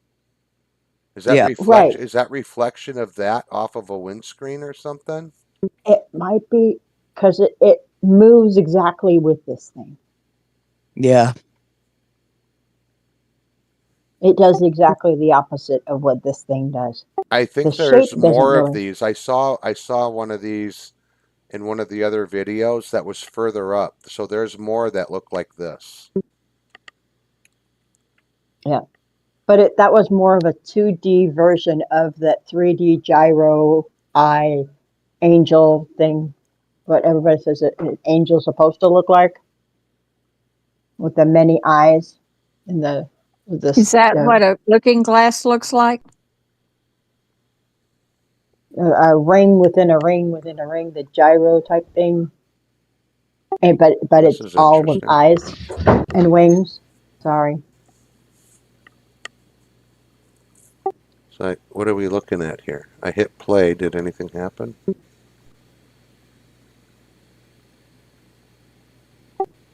Oh, something went down the bottom, but the red arrow, it's pointing at something bright over there, but nothing's playing.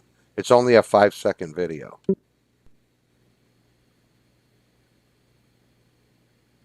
So it's something that went flying on the very bottom of the Yeah. screen. Down at the Yeah, I bottom. see it. Do it again.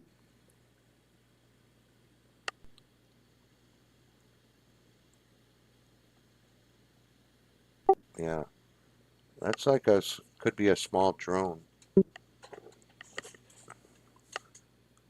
You do know they did a study and decided that no Christian has ever been abducted.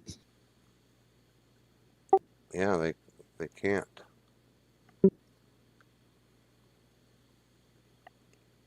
All right. Do you guys want to go to the Arabian Gulf or do you want to go to Djibouti? Mm. We'll do one more Arabian Gulf and then we'll go to Djibouti. Yeah. I don't want to go to your Djibouti. Here we got two of them. Looks like multiples, maybe. There's one down there just flashing on and off, and there's another one flying around the top of the screen going all over the place.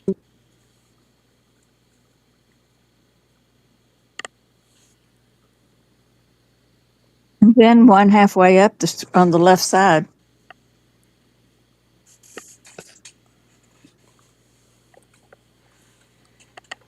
Looks like it's on the ground, stationary. Whoa. Okay. I saw that. Well, that looked more of a, you know, a cut to another scene of some sort.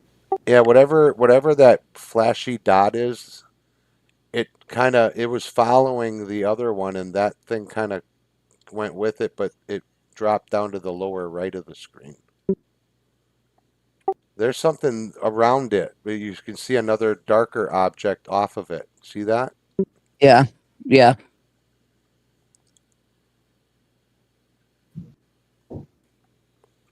There's other ones too. If you look up by the north indicator, just off to the right of the north indicator, there's one that flashes on and off up there too. And then one just flew in from the left. Yep. Came kind of stopping and then moving again.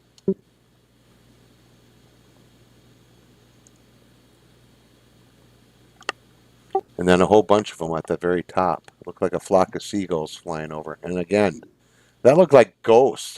No, those are clouds. Never mind. Okay. Yeah. I was like, wait a minute. That I looks was like a fixing to ghost say. flying. What is that? I thought it was a bunch of them. Yeah, whatever those are on the ground, they're stationary. Whatever. And then it just kind of, there's still two of them blinking, but it looks like he's at a different flight angle coming in. Those are on the ground. Those aren't in the air. I think and then there's a dark one right off by that one off the right. Now the one off the right moved up to the N, but if you look at that one, you'll see a dark one appear around it. Kind of like the one over on the left-hand side, just to the left of the crosshair.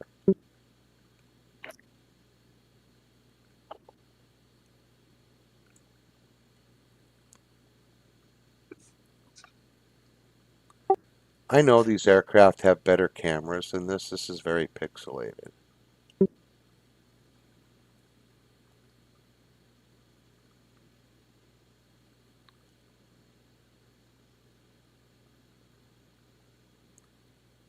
It's like a shoreline.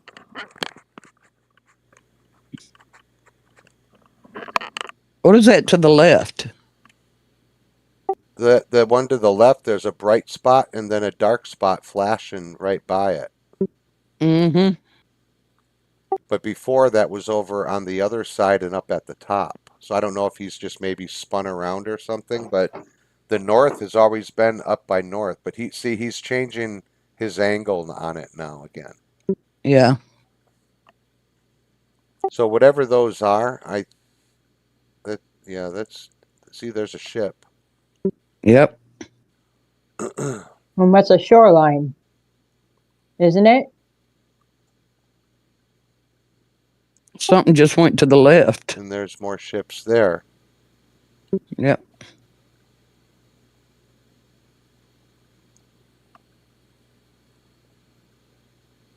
Okay, watch these ships and see if anything stops by the ship.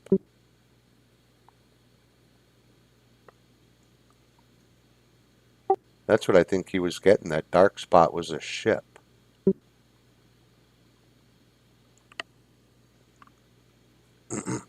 See the dark spot? He's going to zoom in, and that's going to be a ship, I bet. That little thing right there.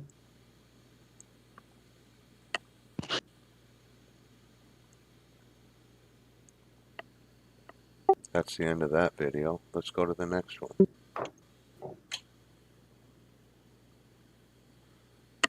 The next one has to be Djibouti. See, what I don't understand is we get such beautiful pictures of these galaxies and everything from the Hubble telescope. And when we want something with the technology we have now, with iPhones that can take a better picture than we get this. Okay, this is an 11-second video, and I must have missed something here.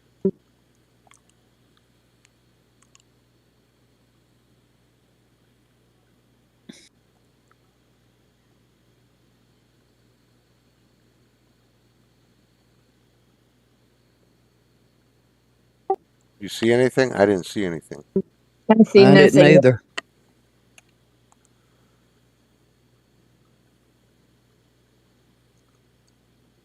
All right, we are on page 11 of, there's 17, but I don't think page 17 has anything yet. Okay, back to the Arabian Gulf.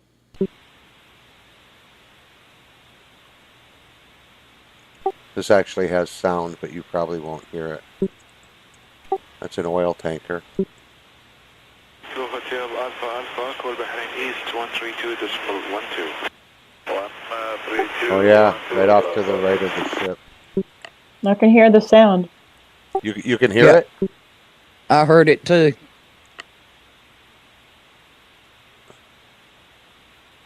Can't hear it now, but I did just a second ago when you were talking.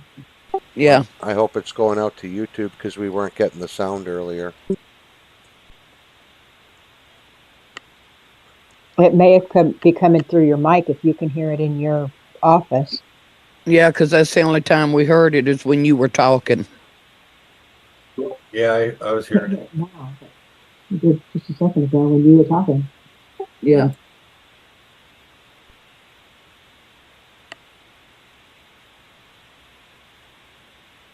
It may have.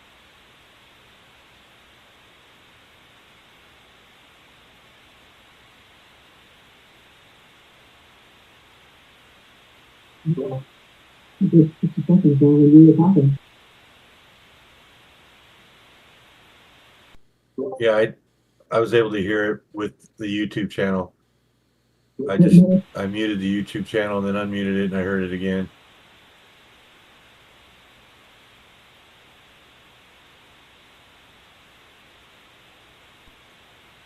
Are you guys hearing a hiss in the background? No, not really. Here. Mm-mm. That's what I heard a while ago. I'm just hearing a hiss for the sound. I'm going to mute it.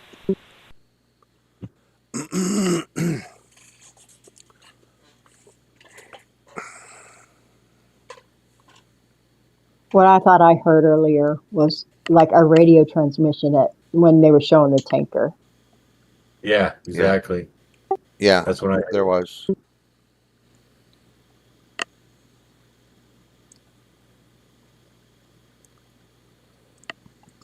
That's making some pretty wild turns and just zippity-doo-dah everywhere. See that? Yep. It looks like it's coming closer and closer too. I mean, it started off really tiny and now it's getting bigger. There's something, I don't know if you can see my mouse on the screen, but there's Yep. something right here. That's pretty darn stationary to the camera orientation. So I'm thinking that's something on the lens of the camera or on a window that the camera's facing towards, or Well, the ship or the airplane's not really changing its, I call it AOA much here because the indicators pretty much stand in the same spot. What we're looking at is they're up above with with the camera pointed down in a downward position, and they're watching that thing fly around. right. I don't But even I'm thinking, I don't even think they're doing a normal orbit.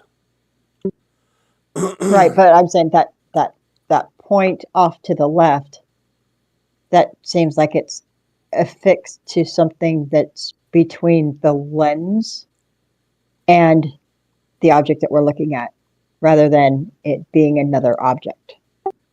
I'm just seeing if it moves at all when It the just north moved. indicator moves. Yeah, it did with the north indicator. That thing to the left just moved. It did. I Yeah, didn't notice. ever slightly, like maybe a quarter of an inch. Yeah. On my screen, anyway, it was a quarter of an inch. And now it's just a dot. It's like it's turning.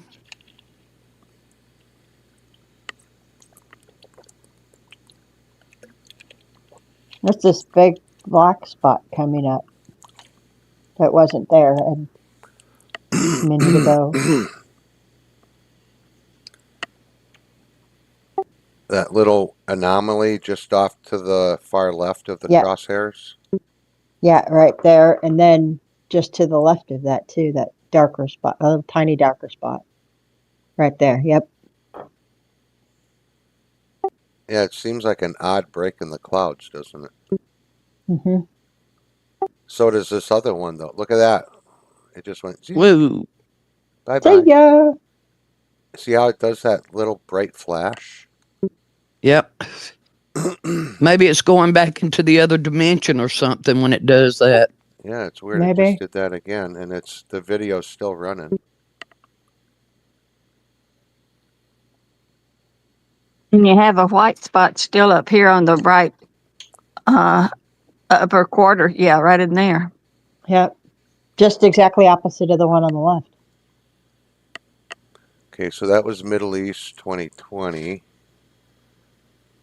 Hmm. Where are we at? Interesting. Here's one from this. Well, it says incident location, southern United States, but it says unresolved UAP report, Middle East 2020. All right, that's the one we just looked at. Here's the East China Sea.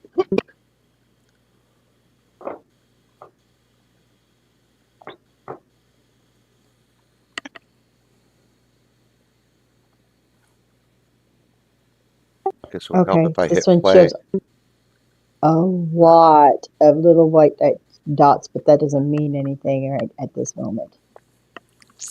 Yeah, I see them all. Yeah, that was just a quick 9-second video.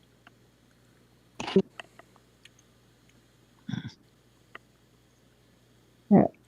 Now, see, the thing is, was that, whatever that was it in the air or was it on the water? Looked like it was on the water to me. Okay. Weird shaped boat. This is in the air. Oh, now that's weird looking. All right. Almost looks like the What the hell afterburners of a. What kind of airplane is this with this kind of a sight reticle?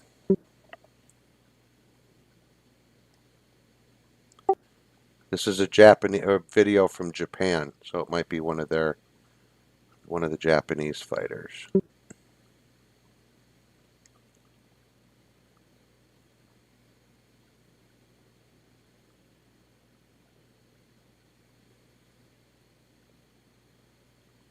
That almost looks like the afterburner of a F-14 or an F-15. The afterburner, jet are far enough apart. That would be 3 engines there.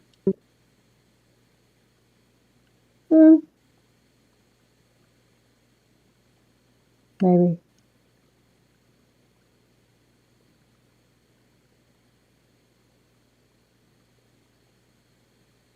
If it would just hold still and let me look at it. Hold still. They move in tandem. It's one vehicle probably with 3 different or two or three different energy things on it. Right. Yeah, they're not round like the F-14s or F-15s.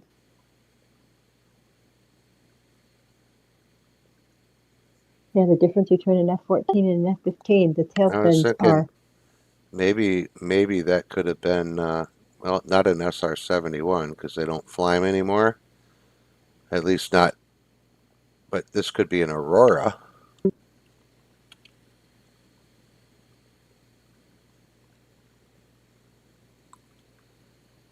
All Does right. it have 4 engines? Because those look like 2 engines really close together on each side Well, for a total of 4. they're 2 engines, but I think they're larger.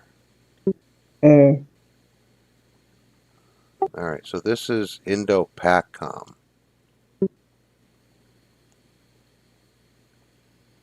Looks close to the ground.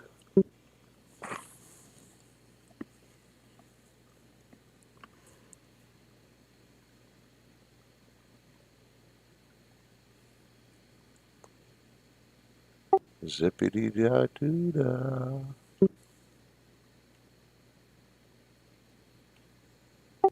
And if you look at the indicator, it's not that plane that's... I think the plane's just trying to stay lined up and keep it in the view screen. But if he was trying to keep it in the crosshairs, his plane would probably break. Look at that. Look at that. What is that? That thing's right down in by the water. They're in the water. They're those windmill things. Yeah, but that's why I said the light is right there on the water. He's right down there at the surface. Oh, okay, yeah.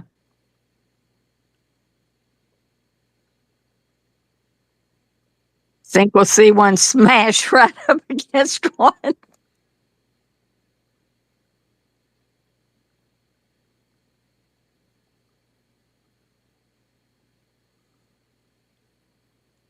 Trying to figure this out.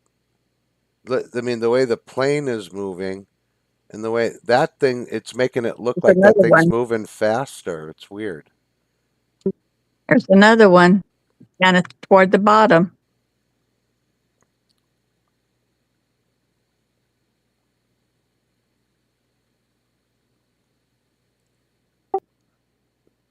That Three of them. that was weird.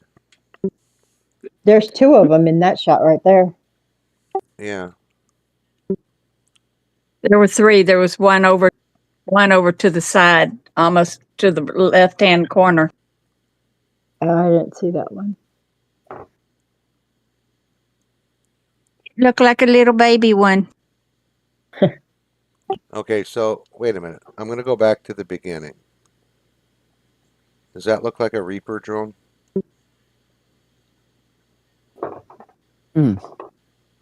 Yep.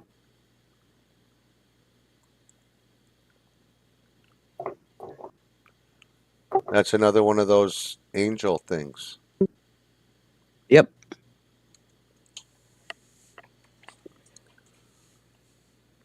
Yeah, and then that Except reflection on this has got two power points. What was that engines. going over to the left? Was that It seems- clouds or what? I think No, that if was you'll notice clouds. it- Oh, look, they're different. Those are 2 individual.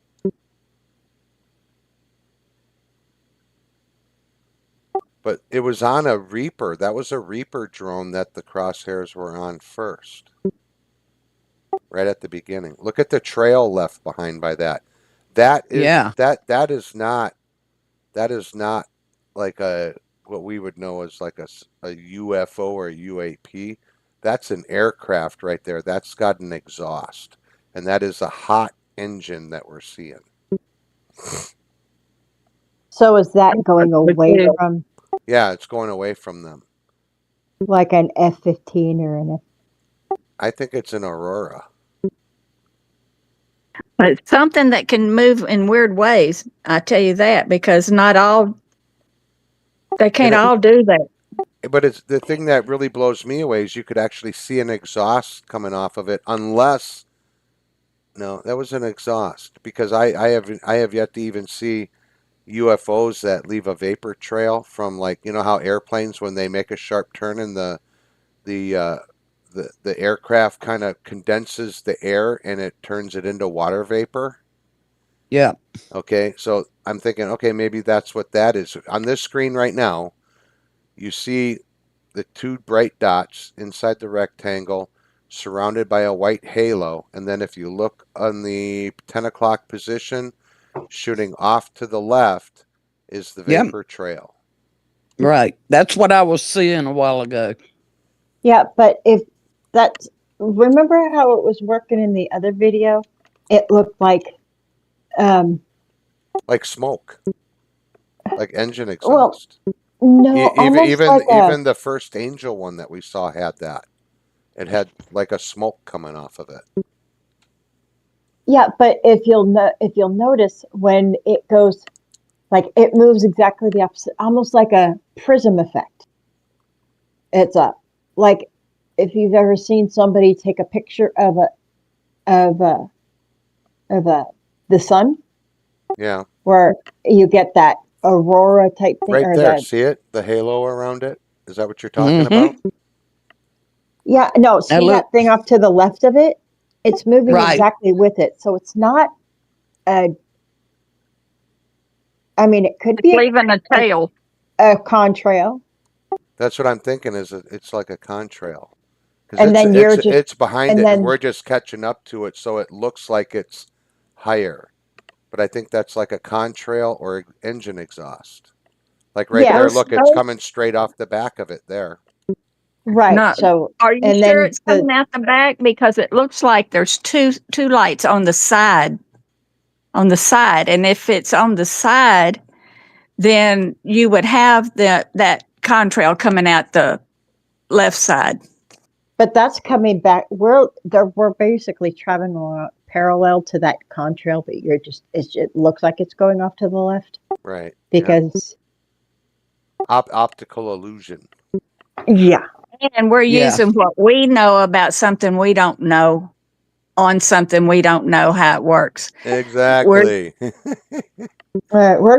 we're using our ideas on something that we've never seen before or don't know how it works, or it may not even be yeah. spitting anything out. Because even right here, those when it zooms in close, those two bright lights seem to not be connected to the same thing. Like they're right now they're flying as one, but if you zoom in close, they move a little bit. They're separate. There was a spot back Almost, here where yeah. they were. Let me. One went up a little bit and the other one didn't. Yeah, but that could be also tilting, as in banking, if it's turning, and then this. Watch when we get up close to it, though. They look like one moves up, one moves down. They're not quite in perfect unison together. They look like they're kind of wobbly.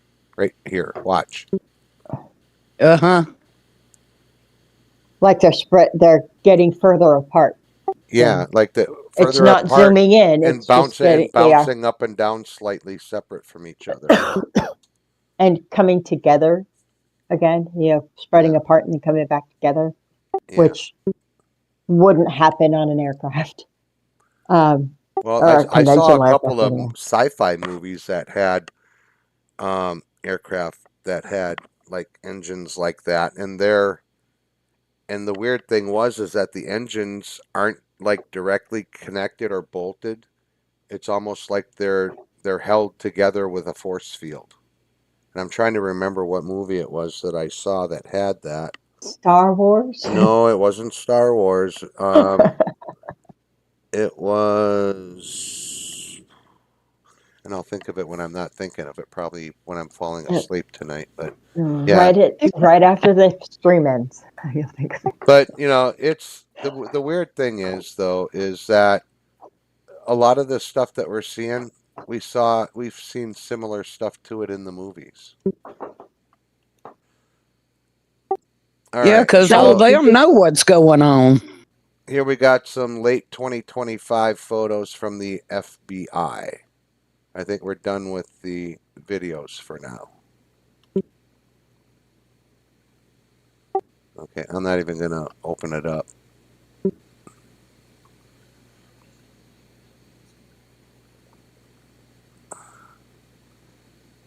Are those just stills? Yeah, they're just stills. Stills, yeah.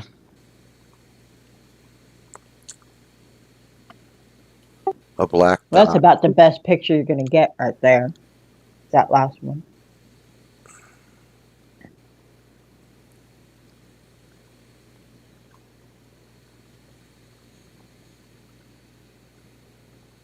Western I'm United States. just gonna pick random photos here. All right. Page 13.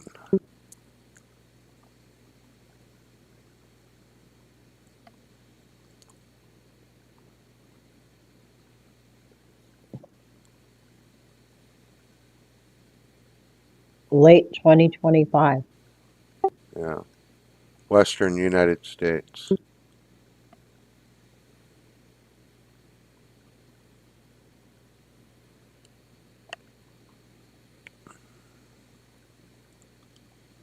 $1969 moon.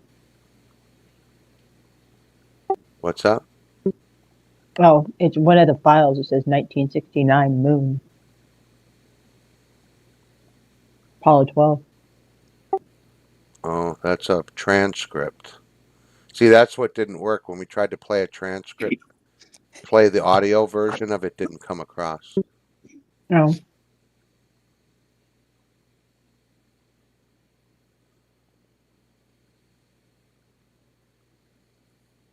I remember this oh. right here.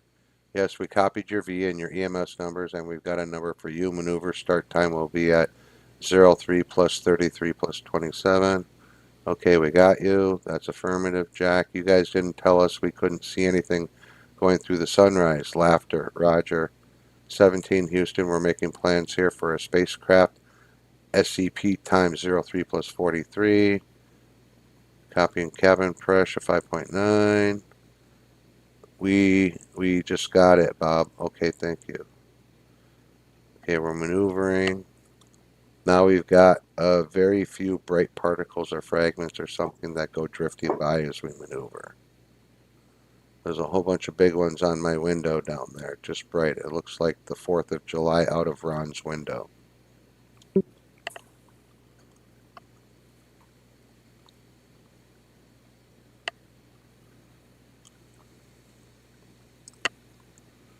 Would you hush? Okay, so now we are at Apollo 11 technical crew debriefing. Skylab technical crew debriefing, 1973. Oh, it's Lyndon B. Johnson Space Center. So this is looks like a training manual. Don't tell them that you did this training in the swimming pool. All right, Department of State, Papua New Guinea. Is this a video?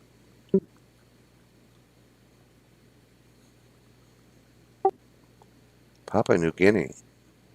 Inquiry regarding overflights. Isn't Papua New Guinea where there's supposed to be some giants there still? Papua New Possibly. Guinea is in Western India. You know, there is a guy that I follow on YouTube. He's totally MAGA. I forget his name off the top of my head, but he lives in Papua New Guinea, and he's all on like pro-Trump, definitely pro-Trump. He goes after the libs. All right, Tbilisi, Georgia, October 30th, 2001. State Department. Let's take a peek.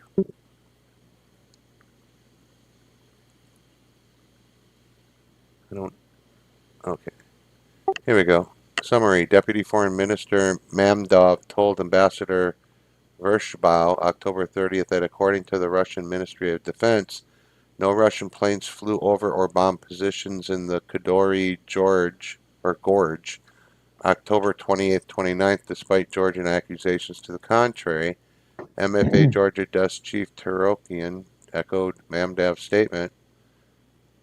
Terokian further confirmed that one railway car full of Russian military equipment left Gwadara base and entered Russia October 29th, and that two other railway cars are loaded and awaiting. What's this whole thing about? Incriminations, therefore I deny media reports that Defense Minister Sergei Ivanov was planning to visit. So something about alleging Russian planes had violated Georgian airspace and bombed areas. So are they now trying to say that they were UFOs that bombed? I don't know. They're saying they were foreign planes in the region.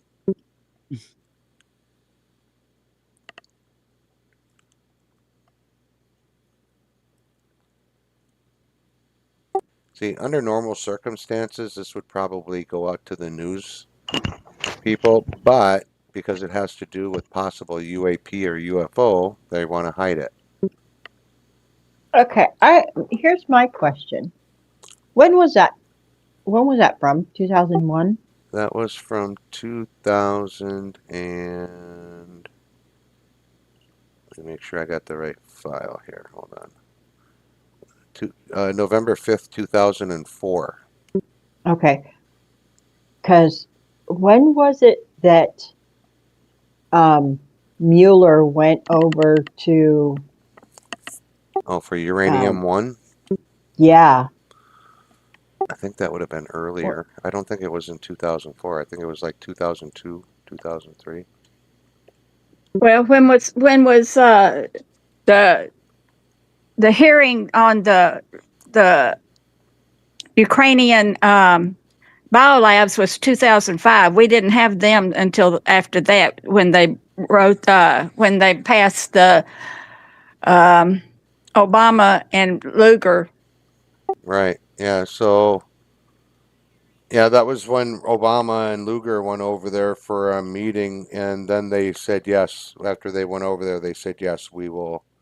When was that? They were going to put money into for research and development at the biolabs in Ukraine. When was that supposed to be? After 2005. Yeah, I could do a quick search, but I can't leave the screen, otherwise it'll throw me out. And You don't need to do a quick search. That's those papers I got you that where the Senate had that hearing. 2005 is when they had the hearing, and that's when Fauci testified there and said, well, we need to be sure the pharmacy people have immunity from being prosecuted, so they will work on the vaccine. I mean, they laid it all out at that 2005 thing. It's a Senate hearing, number one, the first one they had on bioweapons. You said Obama was in that? no, that was after Obama and Lugar went to Ukraine because they supposedly went to go donate blankets and things like that for you know the people that were put out by the war or whatever. But the war hadn't actually started yet, but there was like some terrorism going on. But So he went out there as a senator? Who? Obama? Obama. Yes. Because he wasn't president until 2009. He went before he got elected president. Okay. 3 years before he got elected? Yes. He was like a nobody. Well, to some people, Nobody knew. To most people, he was. So, but he was a senator, wasn't he? Yeah, he was a senator. Was he a U.S. senator or just a Illinois? Yeah. Yeah, Obama was a U.S. senator before he became president. Do you know where we put those papers, E, that I sent you? They're probably in the lobby or in the Mr. E drops. Okay. Oh, E, when I was talking about Mueller, that wasn't the Rosatom thing. That was before that. It was supposedly some uranium that we had possession of, but it was stolen from Georgia, but it actually belonged to Russia. So we were supposed to be returning it to them. They wanted to inspect it to make sure that it was theirs.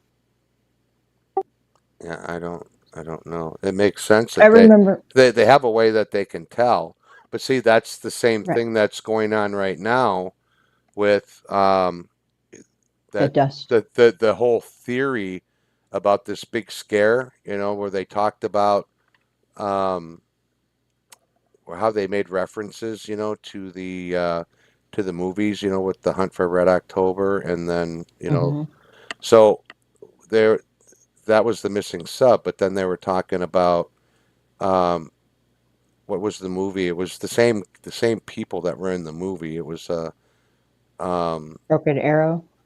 no, but it had to do with an Israeli aircraft had nukes on it and it crashed, and some guys out in the desert found the nuke, and they ended up dying from radiation poisoning, but they sold the nuke to some Azerbaijani or some maybe Russian mob people. They were against the current Russian president, but these were Russians, and but the Russians wanted to take and set up Russia to make it look like they were the ones that blew up the bomb at the Baltimore game, the football game. That was Broken Arrow, wasn't it? No, it's not Broken Arrow. It was another. Oh, man, it's late at night and I'm tired and I can't think straight. It's the same people that was in the Tom Clancy books, the Patriot Games and Hunt for Red October. The Ryan, Jack Ryan. Yeah. Okay, so, but this was the movie where the bomb was set inside of a soda machine at a football stadium in Baltimore, and the president was there. Okay, so this actually was some people trying to take down the current Russian government, or to make it look like Russia started a nuclear war with the United States. But when they tested the leftover nuclear material, they were able to find out that nuclear material actually came from the United States, and it was sent to Israel, and Israel covered it up that they had a plane that crashed that was lost, and that the nuclear material ended up getting recovered by a bad faction of Russian people that were trying to start World War III. Right. That's what Broken Arrow is. If there's a nuclear weapon missing. Yeah, that's what a Broken Arrow is, but there was a movie called Broken Arrow. I thought that's what you were referring to. Yeah, Yes, That's not it. That had what's his name? The not Rocky, but the Travolta. Yes, John Travolta in it. Yeah, I remember, because that's the one that says, I'm not the one. I'm not worried about the guy who wants 15 nuclear bombs. I just worried about the guy who just wants one. Right. Like Ran. So anyway, we've pretty much gone through all. There is no file on page 17, but they've got the FBI September 2023 sighting, and that's a report which I just had up on the screen a few minutes ago, and it's mostly redacted. There isn't a whole lot of information. So basically, there's some little Easter eggs in all this stuff out there, but from what I could see, there's nothing that really stood out to me except for the ones that showed the video.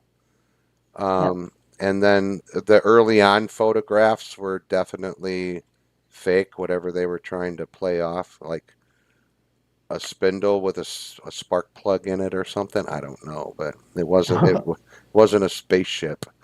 They pulled the Enigma brakes off of there. Yeah. How about your fiance? How's it going there? It's going. It's still in the works. I won't talk about it on live though. Okay. I was just concerned because. No, it's actually all good. Really good. All right. Hey, Sassy. Yes, ma'am. Do you remember I used to talk about the mountains all the time, wanting to move to the mountains? Yes.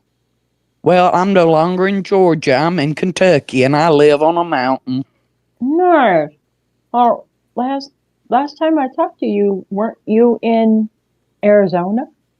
No, I was in Georgia, Oh, okay. and I wanted to go to the mountains, and so when my husband retired, he got me to the mountains. Awesome. Okay, hey, I'm gonna go ahead and end the live stream, so I'm gonna do the outro. If you guys want to just mute for a few minutes and then hang out in Discord, we can chew the fat afterwards. But let me go ahead and end the live stream. Okay. Well, this was a bunch of stuff that we already knew, or isn't that big of a deal. Pretty much, yeah. We'll wait for next time. We'll wait for the next batch and the next batch, and I think maybe we'll look into it a little bit more before we actually do a live stream. I feel like it was kind of a waste of time. But anyway, let me run the outro, and then we'll talk here in Discord for a bit. We can have everybody mute.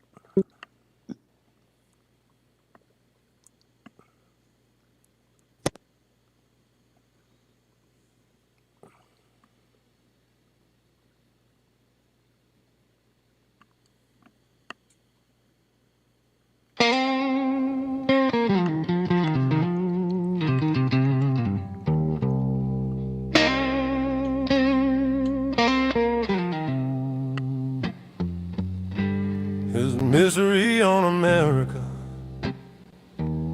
spilling truth in the night. Mainstream hiding the fire, but it's bringing the light. Strap on the armor of God, stand tall, never fold. Giving you the real news stories the brave ones won't hold. Yeah, the real word is buried, but I dig it up bold.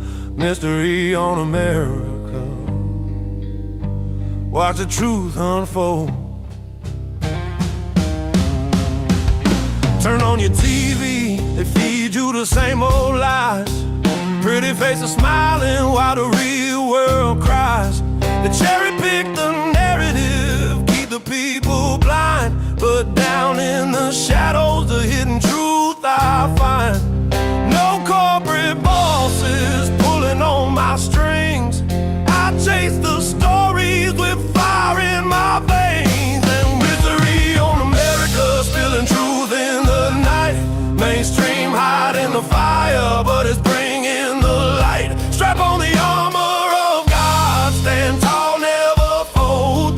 Giving you the real news stories the brave ones won't hold. Yeah, the real word is buried, but I dig it up bold. Misery on America. Before the mic gets hot, I kneel and I pray. Ephesians 6, the full armor I don't play. Breastplate of righteousness, helmet on tight. Sword of the spirit, cutting through the fight. Shoes of peace on my feet, shield of faith in my hand. Devil schemes coming, but I take my stand. Mystery on America, spilling truth in the night. Mainstream hiding the fire, but it's bringing the light. Strap on the armor of God, stand tall, never fold. Giving you the real news stories the brave ones won't hold. Yeah, the real word is buried, but I dig it up bold. Mystery on America. While the big influencers duck and they dodge, scared of the cancel, scared of the mob. It's out here dropping the facts they won't touch. Events they ignore cause it hurts too much. No fear in my heart when the truth is calling. I speak for the silent, keep the curtain falling. Mystery on America, spilling truth in the night. Mainstream hiding the fire, but it's bringing the light. Strap on the armor of God, stand tall, never fold. Giving you the real news stories the brave ones won't hold. Yeah, the real word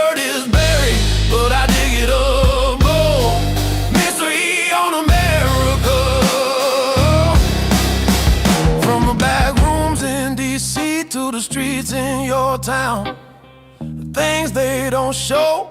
You keep getting me down, but I won't stay quiet, won't play their game. Mystery on America, calling truth by his name. If you're tired of the spin and the smoke and the mirrors, tune in every episode, the real picture gets clearer. Final mystery on America, spilling truth in